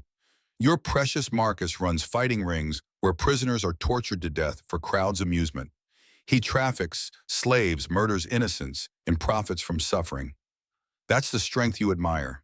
That's the leadership you want." She turned to address the assembled pack, directly channeling 8 years of rage into words that carried more weight than any physical blow. "Real strength is protecting people weaker than yourself. Real power is choosing mercy when vengeance would be easier. Real leadership is standing for something beyond personal gain, even when it costs you. Dante Ironclad does that every day. He's not perfect, makes mistakes, carries weight of decisions that never get easier. But he tries. He actually tries to be worthy of the power he holds, to use it for something beyond his own benefit. That matters. That's the difference between king and tyrant." The silence that followed felt electric, hundreds of wolves processing words that challenged assumptions many hadn't examined. Finn opened his mouth to respond, found nothing to say that could counter truth delivered with conviction she'd paid for through 8 years of surviving tyrants who wore various faces. Dante stepped forward, his presence commanding attention without requiring theatrics. "Finn's betrayal endangered everyone here. Standard punishment is death swift, final, and serving as deterrent to others considering similar actions. But I'm not my father. I won't build kingdom on fear and corpses. So here's my judgment. Exile. You have until sunset to leave Ironclad territory. If you return, then you die. Choose your next steps carefully." The mercy shocked Finn more than execution would have his expression, cycling through disbelief and something that might have been shame before settling on stubborn defiance. "You'll regret this. Marcus will crush you, take your kingdom, and mount your pelt beside your grandfather's trophies." "Maybe." Dante's tone suggested he'd considered that possibility and accepted the risk. "But I'll face that outcome having remained the man I chose to be, rather than becoming the monster circumstance demanded. Take your chances with Marcus's mercy once you outlive your usefulness to him." Guards escorted Finn away along with 6 others the investigation had identified as co-conspirators. The crowd dispersed slowly, conversation building as wolves processed the spectacle they'd witnessed. Arya felt the weight of their attention, recognition that she'd spoken with authority and conviction that couldn't be dismissed as mate bond obligation. Liam appeared at her elbow, his scarred face carrying approval he rarely expressed verbally. That speech would have made your Marine instructor proud, gave them something to believe in beyond tactical necessity. I just said what needed saying. Arya deflected the praise, uncomfortable with attention that felt unearned. Someone had to explain why mercy isn't weakness. You chose to be that someone, which makes it earned. Liam's observation came matter of fact. Dante needs people willing to speak truth when comfortable silence would be easier.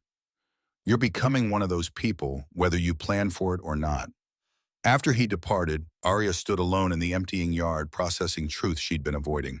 She'd integrated into this pack, had become invested in its survival, had positioned herself to influence decisions and defend its values.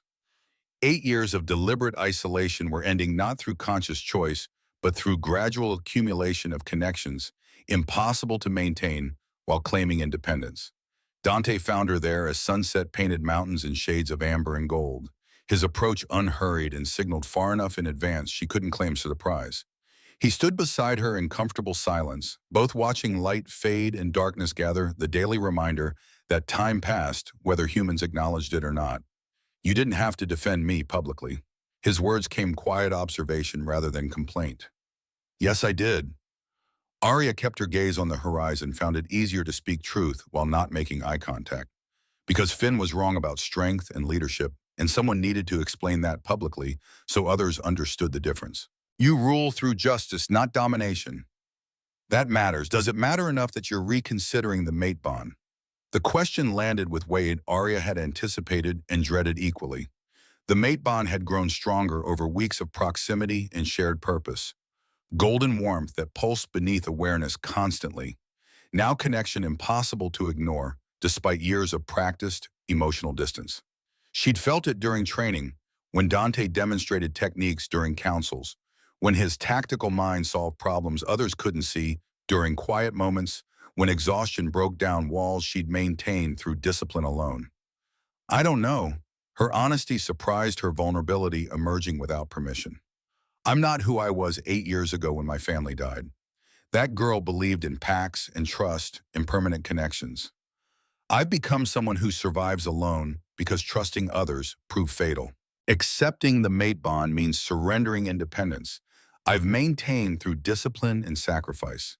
That's terrifying. What if independence isn't freedom, but just another cage? Dante finally looked at her pale blue eyes reflecting sunset's dying light.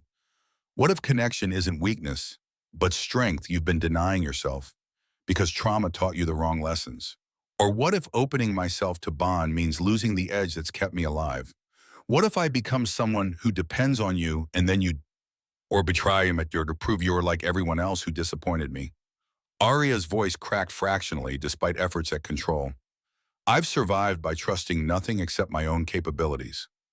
Asking me to trust someone else after 8 years is asking me to become vulnerable in ways I've spent nearly a decade eliminating. Dante absorbed her words without attempting immediate rebuttal, seemed to understand that some arguments required time to process rather than immediate response. When he finally spoke, his voice carried weight of lived experience rather than theoretical platitudes. I can't promise I won't die. Leadership means accepting mortality risk daily. I can't promise I'll never make mistakes or disappoint you. I'm human enough that failure is inevitable. What I can promise is intention.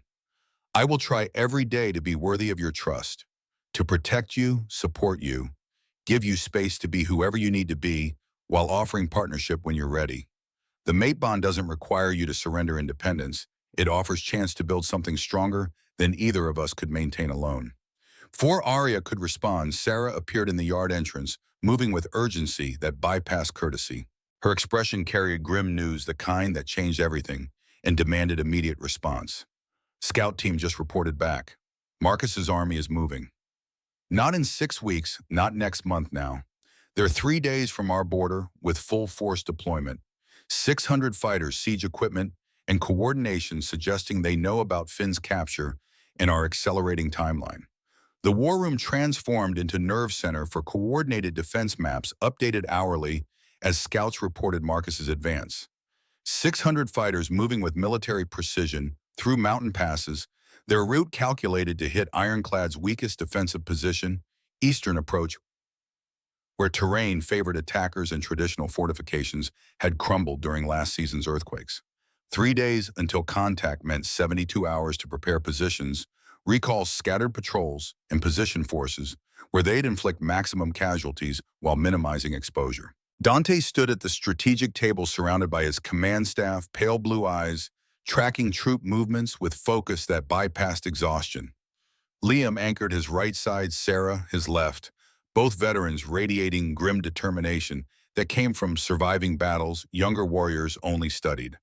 Arya occupied position, slightly apart, close enough to observe, but separated by invisible boundary marking her outsider status despite weeks of integration. We've got 400 warriors here, 200 more arriving from allied territories within 48 hours. Beta Liam's finger traced defensive lines across topographic maps showing elevation changes and choke points. Standard doctrine says we fortify these ridges, force them to attack uphill into prepared positions, bleed their advance until numerical advantage erodes. Marcus knows our doctrine. Dante's observation came flat, stating obvious problem everyone recognized but hadn't voiced. He's studied every engagement we've fought for the past decade, knows our playbook as well as we do. Traditional defense gives him exactly the battle he's prepared for. Then we don't give him traditional defense. Arya spoke before conscious thought caught up with instinct, tactical mind engaging problems. The way her Marine instructor had trained, identify what enemy expects, do something else, exploit assumptions that become vulnerabilities. You've got terrain advantage, but he's counting on that. What if you surrender the eastern approach entirely, let him commit forces to attacking position? You've abandoned, then hit flanks once he's overextended. The silence that followed felt charged with evaluation, command staff processing radical departure from established doctrine. Sarah studied the maps with renewed attention, seeing possibilities, unconventional tactics opened. Risky. We'd be giving up prepared defensive positions, betting everything on flanking maneuver, succeeding before his main force reaches the fortress. If timing's off by even an hour, they roll through abandoned defenses, and we're fighting uphill battle in reverse. Every option's risky at this point. Arya moved to the table, traced alternative routes that avoided obvious choke points. Marcus brought siege equipment because he expects fortress defense. What if the fortress isn't where you make your stand? What if you engage him in terrain that negates his equipment advantage and forces close quarters combat, where your warrior's superior training matters more than his numerical edge?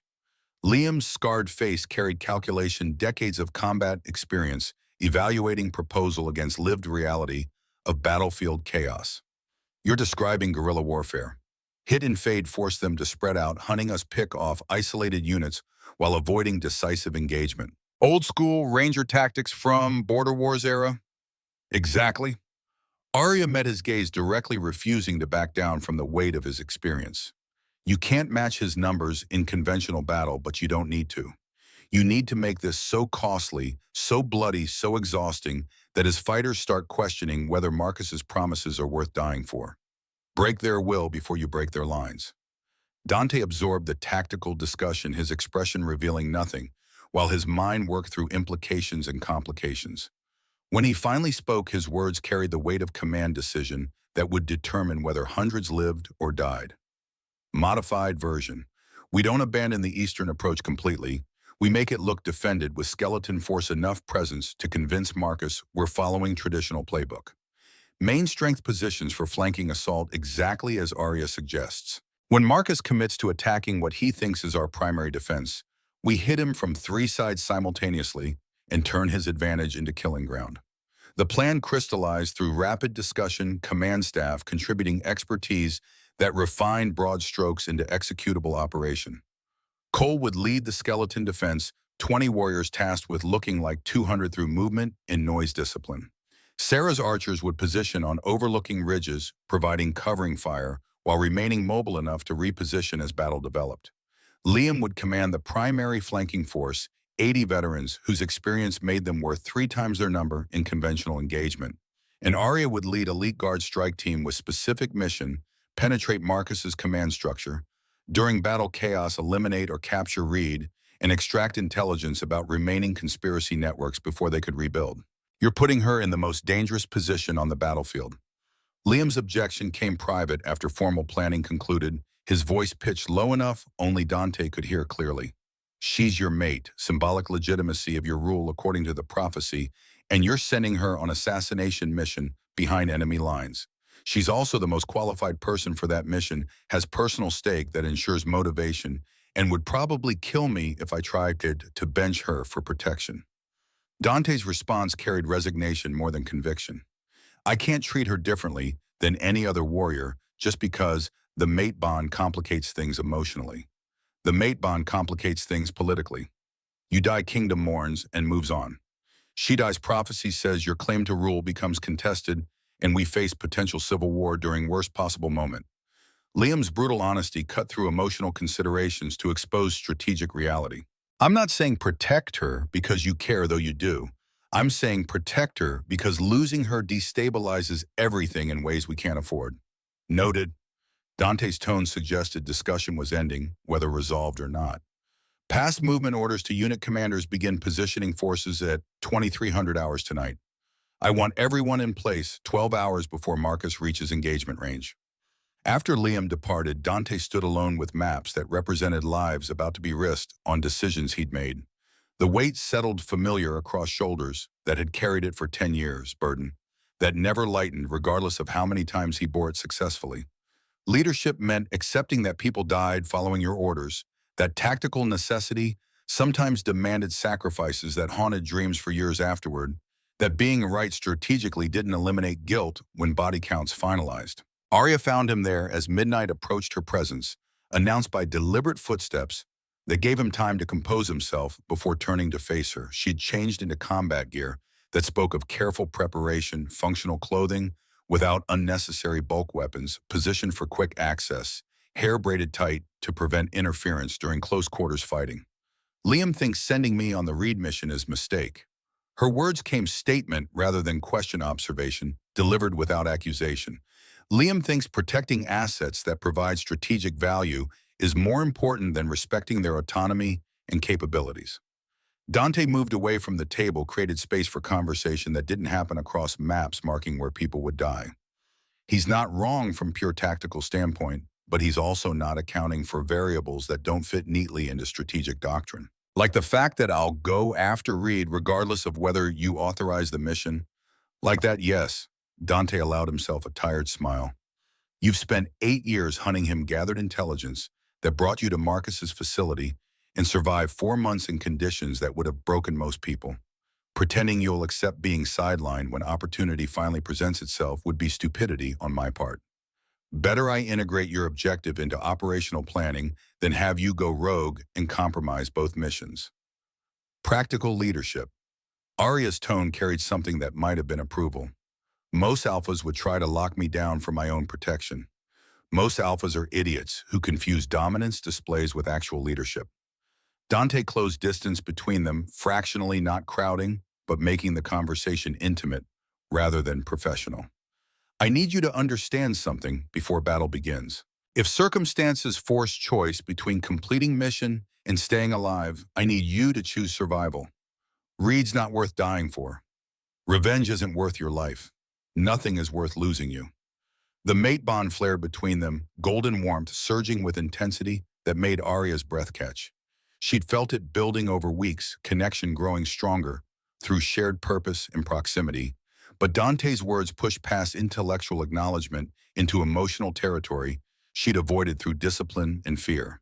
You can't ask me to abandon 8 years of purpose right before I finally get resolution. I'm not asking you to abandon it, I'm asking you to survive it. Dante's voice dropped lower, carrying vulnerability he rarely showed. I've lost people. Too many people in too many stupid ways that could have been prevented if they'd prioritized staying alive over completing objectives. I won't lose you the same way, especially not when you matter beyond tactical considerations or political symbolism. Because of the mate bond, because you're extraordinary regardless of the bond, because you've proven yourself through actions rather than bloodline, because watching you integrate into this pack, seeing you challenge assumptions and speak truth that others avoid, has been a reminder that leadership doesn't require cruelty and strength doesn't require dominance. Dante paused, seeming to wrestle with words that didn't come easily. Because I'm falling for you in ways that transcend supernatural connection, and losing you would break something I'm not sure could be repaired. Arya felt walls she'd maintained for 8 years crack under pressure of honesty delivered without expectation of reciprocation. Dante wasn't demanding she accept the mate. Bond wasn't leveraging political power or supernatural connection to force vulnerability she wasn't ready to give. He was simply stating truth and accepting that she might not be ready to hear it. I don't know how to do this. Her admission emerged raw, stripped of defensive mechanisms that usually protected her from emotional exposure. 8 years alone taught me that caring about people meant watching them die, or disappoint me, or prove they were using me all along. Opening myself to you means accepting that vulnerability might destroy me if this goes wrong. It might. Dante acknowledged the fear without trying to minimize it. I can't promise perfect safety or guaranteed happy ending. What I can promise is that I'll fight for us every day, that I'll respect your autonomy, even when it terrifies me, that I'll be honest when easier lies would smooth over difficult moments. The mate bond gives us foundation, but we build everything else through choice and effort. Before Arya could respond, Cole's voice echoed through the corridor outside, urgency, overriding protocols about disturbing command staff during planning phases. His appearance in the doorway carried news written across features too expressive to hide bad information. Marcus accelerated again. They're moving through night instead of camping. New timeline puts them at engagement range by dawn tomorrow instead of 3 days out. We've got 8 hours to finalize positions. The preparation that should have unfolded across 72 hours compressed into frantic 8-hour sprint warriors moving through darkness to reach positions before light exposed them. Arya ran beside elite guard toward infiltration staging area, her breath fogging and mountain cold legs burning from pace that pushed human endurance limits. Around her, 15 warriors maintained formation, their movements synchronized through training and trust breathing, steady despite exertion. They reached the designated rally point 2 hours before dawn, rocky outcropping that overlooked the valley where Marcus's forces would advance. Below, campfires marked enemy positions, hundreds of flickering points, suggesting military organization rather than ragtag mercenaries. Marcus had built army that moved with discipline, that followed orders, that represented genuine threat rather than theatrical posturing. Sarah appeared from shadows with update based on final scout reports. Marcus' position read in the command element, central location, where he's coordinating artillery and siege equipment deployment. You'll need to penetrate 3 defensive rings to reach him: outer perimeter pickets, inner guard detail, and immediate command staff protection. Figure 30 hostiles between your position and target. 30 to 15 are decent odds if we're smart about it. Arya studied the terrain, identifying approach routes that balance speed against exposure. We go in during the main assault, use battle chaos as cover, surgical extraction, rather than fighting through sequentially. The plan was sound in theory, would probably work if execution was perfect and luck favored them. Combat rarely unfolded according to plan, which meant adaptability mattered more than detailed preparation, meant warriors survived by reading situations faster than opponents and adjusting tactics in real time. Dawn broke with crystalline clarity, mountain sunrise painting snow-capped peaks in shades of rose and gold, before harsh light revealed battlefield reality. Marcus's army advanced in 3 columns, their formation suggesting professional military planning rather than pack warfare traditions. 600 fighters moving with purpose, siege equipment rolling on massive wheels, artillery pieces positioned to bombard fortress walls from range that prevented effective counterattack. Cole's skeleton force engaged first 20 warriors, making noise and movement that suggested 200 arrows and harassment fire designed to draw Marcus's attention toward eastern approach. The enemy took the bait, committed 200 fighters to crushing what they perceived as primary defense, their advance confident and overwhelming. Then Liam's flanking force struck from concealed positions on both sides, 80 veterans, hitting exposed flanks with coordinated precision that turned confident advance into desperate defense. Silver weapons flashed in morning sun, warriors fell screaming, and the neat military formations dissolved into chaotic melee, where individual skill mattered more than numerical advantage. Arya led elite guard into the chaos, using battle confusion as cover for infiltration toward command element. They moved like surgical knife through butter, engaging only when necessary, bypassing fights that didn't advance their mission. 5 enemies died in their wake, quick, inefficient kills that prevented alarm from spreading bodies left behind, as testimony that something predatory moved through Marcus's army. The command element occupied elevated position overlooking battle. Marcus himself visible directing operations while Reed coordinated artillery fire. 20 guards maintained perimeter professional soldiers who'd survived enough combat to recognize threats and respond appropriately. Penetrating that cordon would require distraction or overwhelming force, neither option available to 15-warrior team already deep in enemy territory. Arya signaled her team to hold position, studied guard patterns, waited for opportunity that might never come. Around them, the larger battle raged with savage intensity, ironclad warriors executing Dante's tactical plan with precision that suggested years of training, paying dividends. Marcus's numerical advantage was eroding his casualties, mounting faster than sustainable. But the outcome remained uncertain enough that command staff maintained focus on battle management rather than rear security. The opportunity came from unexpected direction. One of Marcus's artillery pieces exploded spectacularly, either sabotage or mechanical failure, and the detonation drew every eye toward the fireball blooming orange against morning sky. In that moment of distracted attention, elite guard moved. They hit the perimeter like thunderstorm overwhelming guards before alarm could spread silver weapons, finding vulnerable points with efficiency that spoke of countless training hours. Arya led the charge toward Reed, her focus narrowing to target she'd hunted for 8 years. Revenge and justice and closure finally within reach after a lifetime of pursuit. Reed saw her coming, recognition flashing across features that had haunted her nightmares since she was 20 years old. He was older than her memory suggested, gray threading through hair that had been solid brown when he'd killed her family, scars marking face and arms from decades of hunting wolves for profit. His eyes held cold calculation of career predator, evaluating threat and weighing options. The white wolf pup that got away. Reed's voice carried across diminishing distance between them, conversational despite circumstances. Should have died with your pack 8 years ago. Would have saved us all considerable trouble. Why did you kill them? Arya closed the gap, weapons ready, but restrained, needing answers before violence. They weren't bothering anyone, weren't threatening humans, just existed peacefully in territory they'd occupied for generations. Why hunt them to extinction? Because your grandfather killed my brother 40 years ago. Reed's admission came matter-of-fact, old wound delivered without particular emotion. Territory dispute completely legal, by pack law, justified killing.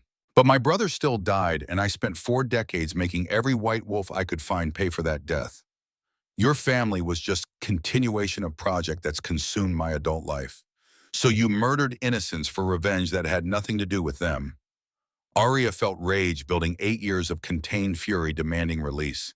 Children who'd never known your brother, who had no connection to his death except sharing bloodline with someone who defended territory legally. Revenge doesn't require justification to those not receiving it.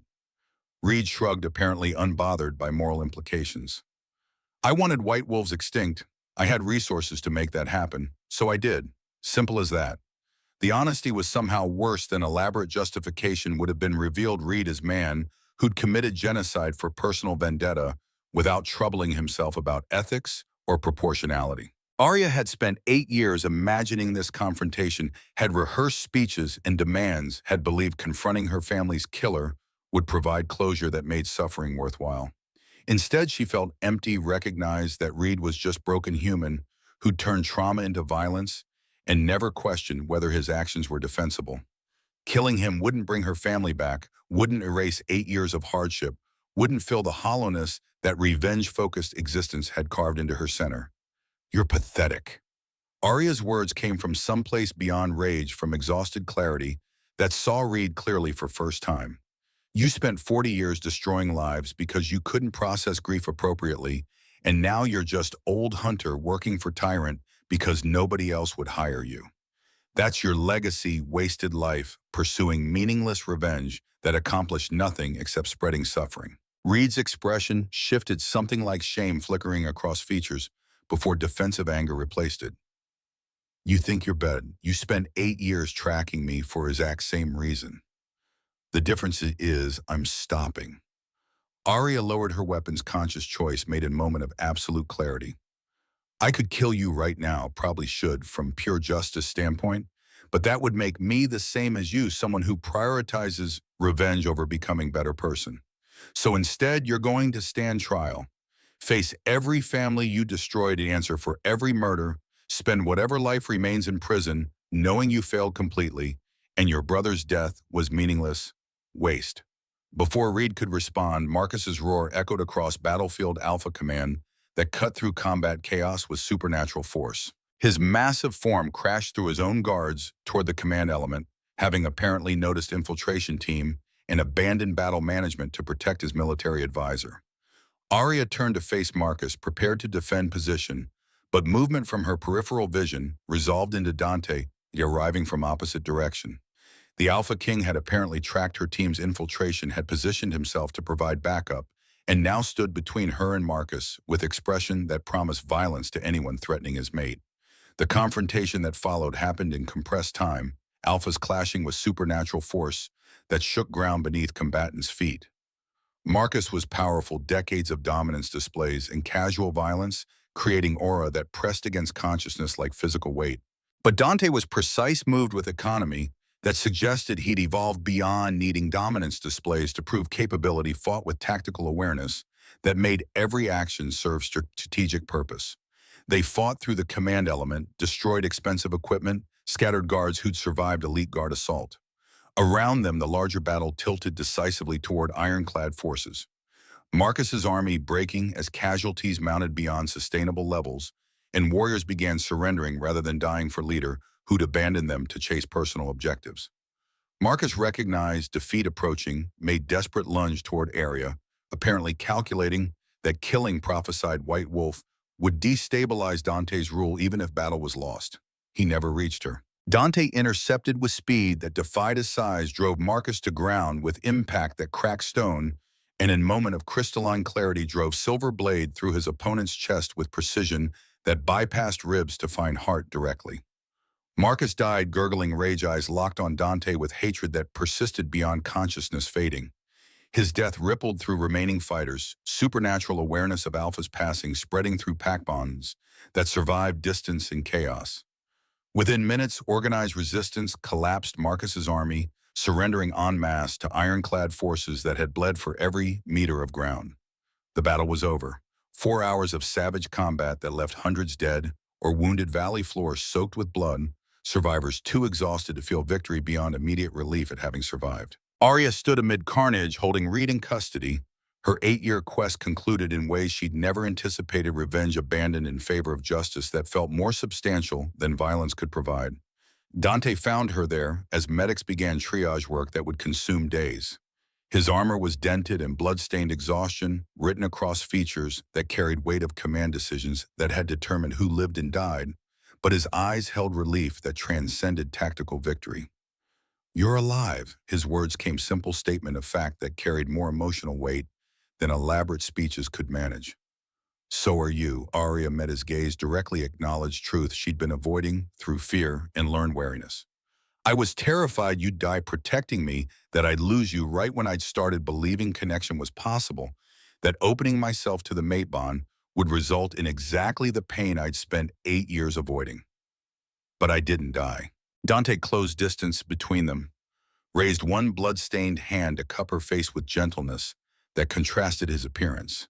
"And you didn't abandon your mission for safety, and we're both standing here having survived battle that could have killed either of us. Maybe that suggests we're stronger together than fear predicts. Maybe it does." Arya leaned into his touch, conscious choice to accept vulnerability she'd rejected for 8 years. The mate bond surged between them, golden warmth flooding through chest and spreading outward until exhaustion and pain faded beneath certainty that felt like coming home after an impossible journey. "I accept the bond. I accept you. I accept that being vulnerable with the right person is strength, rather than weakness." Dante's kiss answered her declaration, gentle despite circumstances' promise, sealed without requiring words that would have felt inadequate anyway. Around them, the warriors began cheering recognition, spreading through pack that their Alpha King had claimed his mate publicly, and she'd accepted that prophecy was fulfilled and legitimacy was secured, that they'd survived not just battle but political crisis that could have destroyed kingdom regardless of military outcome. The aftermath unfolded across weeks of recovery and reconstruction, battlefield cleanup and prisoner processing and diplomatic negotiations that determined post-war order. Reed stood trial before counsel, representing every pack his actions had affected, faced testimony from survivors and family members of victims, received sentence of life imprisonment in facility designed to hold supernatural criminals. He accepted judgment without protest, apparently recognizing that fighting would accomplish nothing except extending suffering. Marcus's former army integrated into ironclad forces through rehabilitation program, Arya designed based on her own experience surviving systems designed to break people. Not every fighter accepted the offer, some chose exile rather than serving the king they'd fought, but enough stayed that Ironclad emerged from conflict stronger rather than depleted despite casualties sustained. Allied pacts sent representatives to observe tribunals and treaty negotiations, their presence testament that Dante's vision of cooperative governance, rather than domination-based hierarchy, was spreading throughout mountain territories. The United Pact Council formed during those weeks revolutionary framework that replaced traditional territorial conflicts with collective defense and shared justice systems. Arya stood before that first council meeting 3 months after battle, no longer prisoner or outsider, but Luna recognized by every represented pack. She wore silver and white that honored her bloodline without defining her completely crown of platinum, marking her position while leaving identity intact. The speech she delivered addressed prisoner rights rehabilitation rather than punishment for nonviolent offenses and protection for vulnerable populations that traditional pack hierarchy had ignored or exploited. The proposals passed with overwhelming support, reforms implemented across Allied territories. Within months, foundations laid for society that protected rather than consumed those lacking power. Marcus's fighting rings were dismantled, prisoners freed, and provided resources to rebuild lives, and legislation passed that made such operations capital offenses carrying death penalty regardless of perpetrator's status. Dante watched from his throne beside hers, pride evident in expression that suggested he'd known she would change kingdom from the moment he'd claimed her in blood-soaked arena. Their formal bonding ceremony had occurred weeks earlier. Traditional vows spoken before witnesses from every allied packmate, bond completed with blood ritual that sealed their union permanently. The celebration had lasted 3 days, unprecedented gathering that marked not just royal wedding, but symbolic beginning of new era. That evening, alone in quarters they now shared, Arya stood at windows overlooking kingdom that had somehow become home, despite every instinct that screamed permanent attachment was dangerous fantasy. Dante joined her there, wrapping arms around her from behind, and they watched sunset paint mountains in shades of amber and crimson, while darkness gathered in valleys below.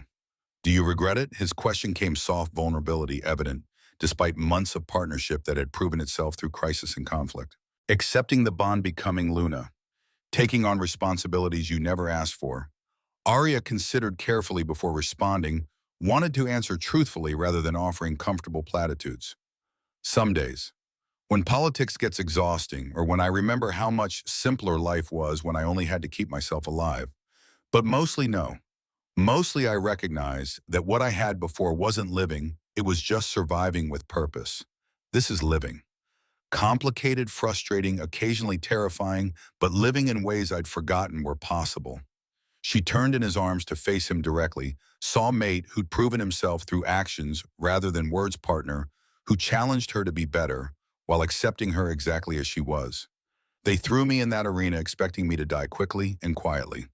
Instead, I shifted, you claimed me, and now I'm queen, helping rewrite laws across multiple territories." That's either universe's cruelest joke or evidence that sometimes impossible things happen for reasons we don't understand until we're standing in aftermath evaluating what we built from ruins.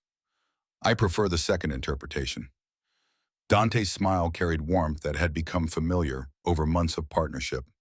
Though I'll admit the universe has twisted sense of humor about how it brings mates together. The next morning brought news that would reshape their immediate future. One of Marcus's former lieutenants had escaped custody and was reportedly building coalition of traditionalist pacts opposed to reformed governance structures.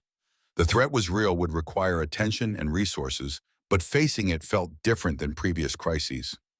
Arya wasn't alone anymore, wasn't carrying weight of survival as solitary burden, wasn't fighting battles with nothing except determination and skills learned through desperation. She had mate, had purpose that extended beyond personal revenge into protecting others from suffering she'd endured. The journey from prisoner to queen had been impossible, traumatic, transformative in ways she was still processing. But standing beside Dante as they reviewed intelligence reports and planned responses to emerging threats, Arya recognized that she'd found something worth surviving for not just safety or revenge or even justice, but connection and community, and chance to build future that honored past suffering by preventing its replication. In the training yard below their windows, Cole ran new recruits through drills, while Sarah supervised advanced tactics instruction. Elena worked in the medical wing, former prisoner turned advocate, helping others navigate trauma that didn't vanish just because circumstances improved. The kingdom functioned through collective effort, through people choosing daily to contribute rather than being forced through dominance displays or fear. This was Dante's vision made manifest, power used to protect rather than control, leadership earned through service rather than intimidation, strength measured by who you lifted up rather than who you conquered. And Arya had become integral to that vision, her voice carrying weight not because of bloodline, but because she'd proven herself through tactical excellence and moral courage that refused to compromise principle for convenience. The white wolf who'd hidden for 8 years had stopped hiding. The prisoner who'd survived through silence had found her voice. The hunter pursuing revenge had chosen justice. And the woman who'd believed connection meant weakness had discovered that true strength came from allowing yourself to be known completely and choosing vulnerability despite risk. 6 months after Marcus's defeat, Arya stood in the memorial garden dedicated to victims of fighting rings and trafficking operations, placing flowers at stones marking those who hadn't survived. Her parents' names were carved there, retrieved from Reed's testimony during trial, finally acknowledged after 8 years of unmarked graves. She knelt before their memorial, felt Dante's presence behind her, offering support without crowding, and whispered words she'd needed to speak for nearly a decade. I survived, like you wanted. But I did more than that. I found family, again found purpose beyond revenge, found way to use what happened to me to prevent others suffering the same fate. You'd be proud. At least I hope you would be. She rose, accepted Dante's offered hand, and together they walked through garden, where light filtered through leaves to pattern ground and shifting shadows. Tomorrow would bring new challenges, new threats, new responsibilities that came with leadership position she'd never imagined occupying. But tonight she was simply Luna walking with her mate through garden, commemorating those who died so survivors could build better future. The prophecy had claimed the last white wolf rising would secure or shatter the AlphaKing's reign. In the end, it had done both: shattered old order built on domination and fierce secured new order founded on justice and cooperation. Arya hadn't been passive symbol validating someone else's power. She'd been active participant in revolution that transformed kingdom from something merely surviving into something worth defending. Years later, when historians wrote about the transformation of mountain territories from collection of warring packs into united council, they would date the change to battle where Marcus fell. But those who'd lived through it knew that transformation began earlier in blood-soaked arena, where prisoner became mate, and AlphaKing chose mercy over tradition, where two people found each other during worse circumstances and decided to build something better from the ashes of what had been destroyed. Arya had been thrown into fighting ring expecting to die. She'd shifted to survive, been claimed by AlphaKing, who saw past her bloodline to person beneath, and together they'd built kingdom where no one else would face the choice between death and revelation, where surviving meant thriving rather than merely continuing, where power served justice instead of feeding itself. The white wolf ran free now, no longer hiding, no longer afraid, no longer alone. And that made every terrible moment worth enduring, made every scar testament to survival rather than defeat, made every hard choice vindicated by outcome, that honored those who died by protecting those who lived. This was victory, not military triumph or political achievement, but personal transformation, from victim into leader, from survivor into protector, from broken thing, hiding in shadows, into warrior who stood in light and refused to let darkness consume anyone else. They'd thrown her into fighting ring, expecting entertainment. She'd walked out a queen, and that was the best revenge imaginable, not destroying enemies, but becoming too powerful to fear them, too purposeful to be defined by trauma, too connected to ever be truly alone again. The sunset burned crimson across mountain peaks, light fading into darkness that would give way to dawn eternal cycle, suggesting that endings contain beginnings and destruction, created space for growth. Arya watched until stars emerged ancient light that had witnessed countless transformations and felt at peace in ways she'd never imagined possible during those 8 years when survival was victory and tomorrow was never guaranteed. She'd survived, she'd thrived, she'd become someone her parents would have been proud of, someone her Marine instructor would have recognized despite transformation, someone her 20-year-old self wouldn't have believed could exist after trauma shattered certainty. And standing beside mate who'd proven love through actions rather than words, surrounded by pack who'd accepted her as warrior before acknowledging her as Luna, Arya finally allowed herself to believe that safety was real, that trust was possible, that the future held something beyond endless vigilance against threats that never fully materialized. The last white wolf had risen, and in rising she'd helped build kingdom worth defending, life worth living, and legacy worth leaving. That was enough. That was everything.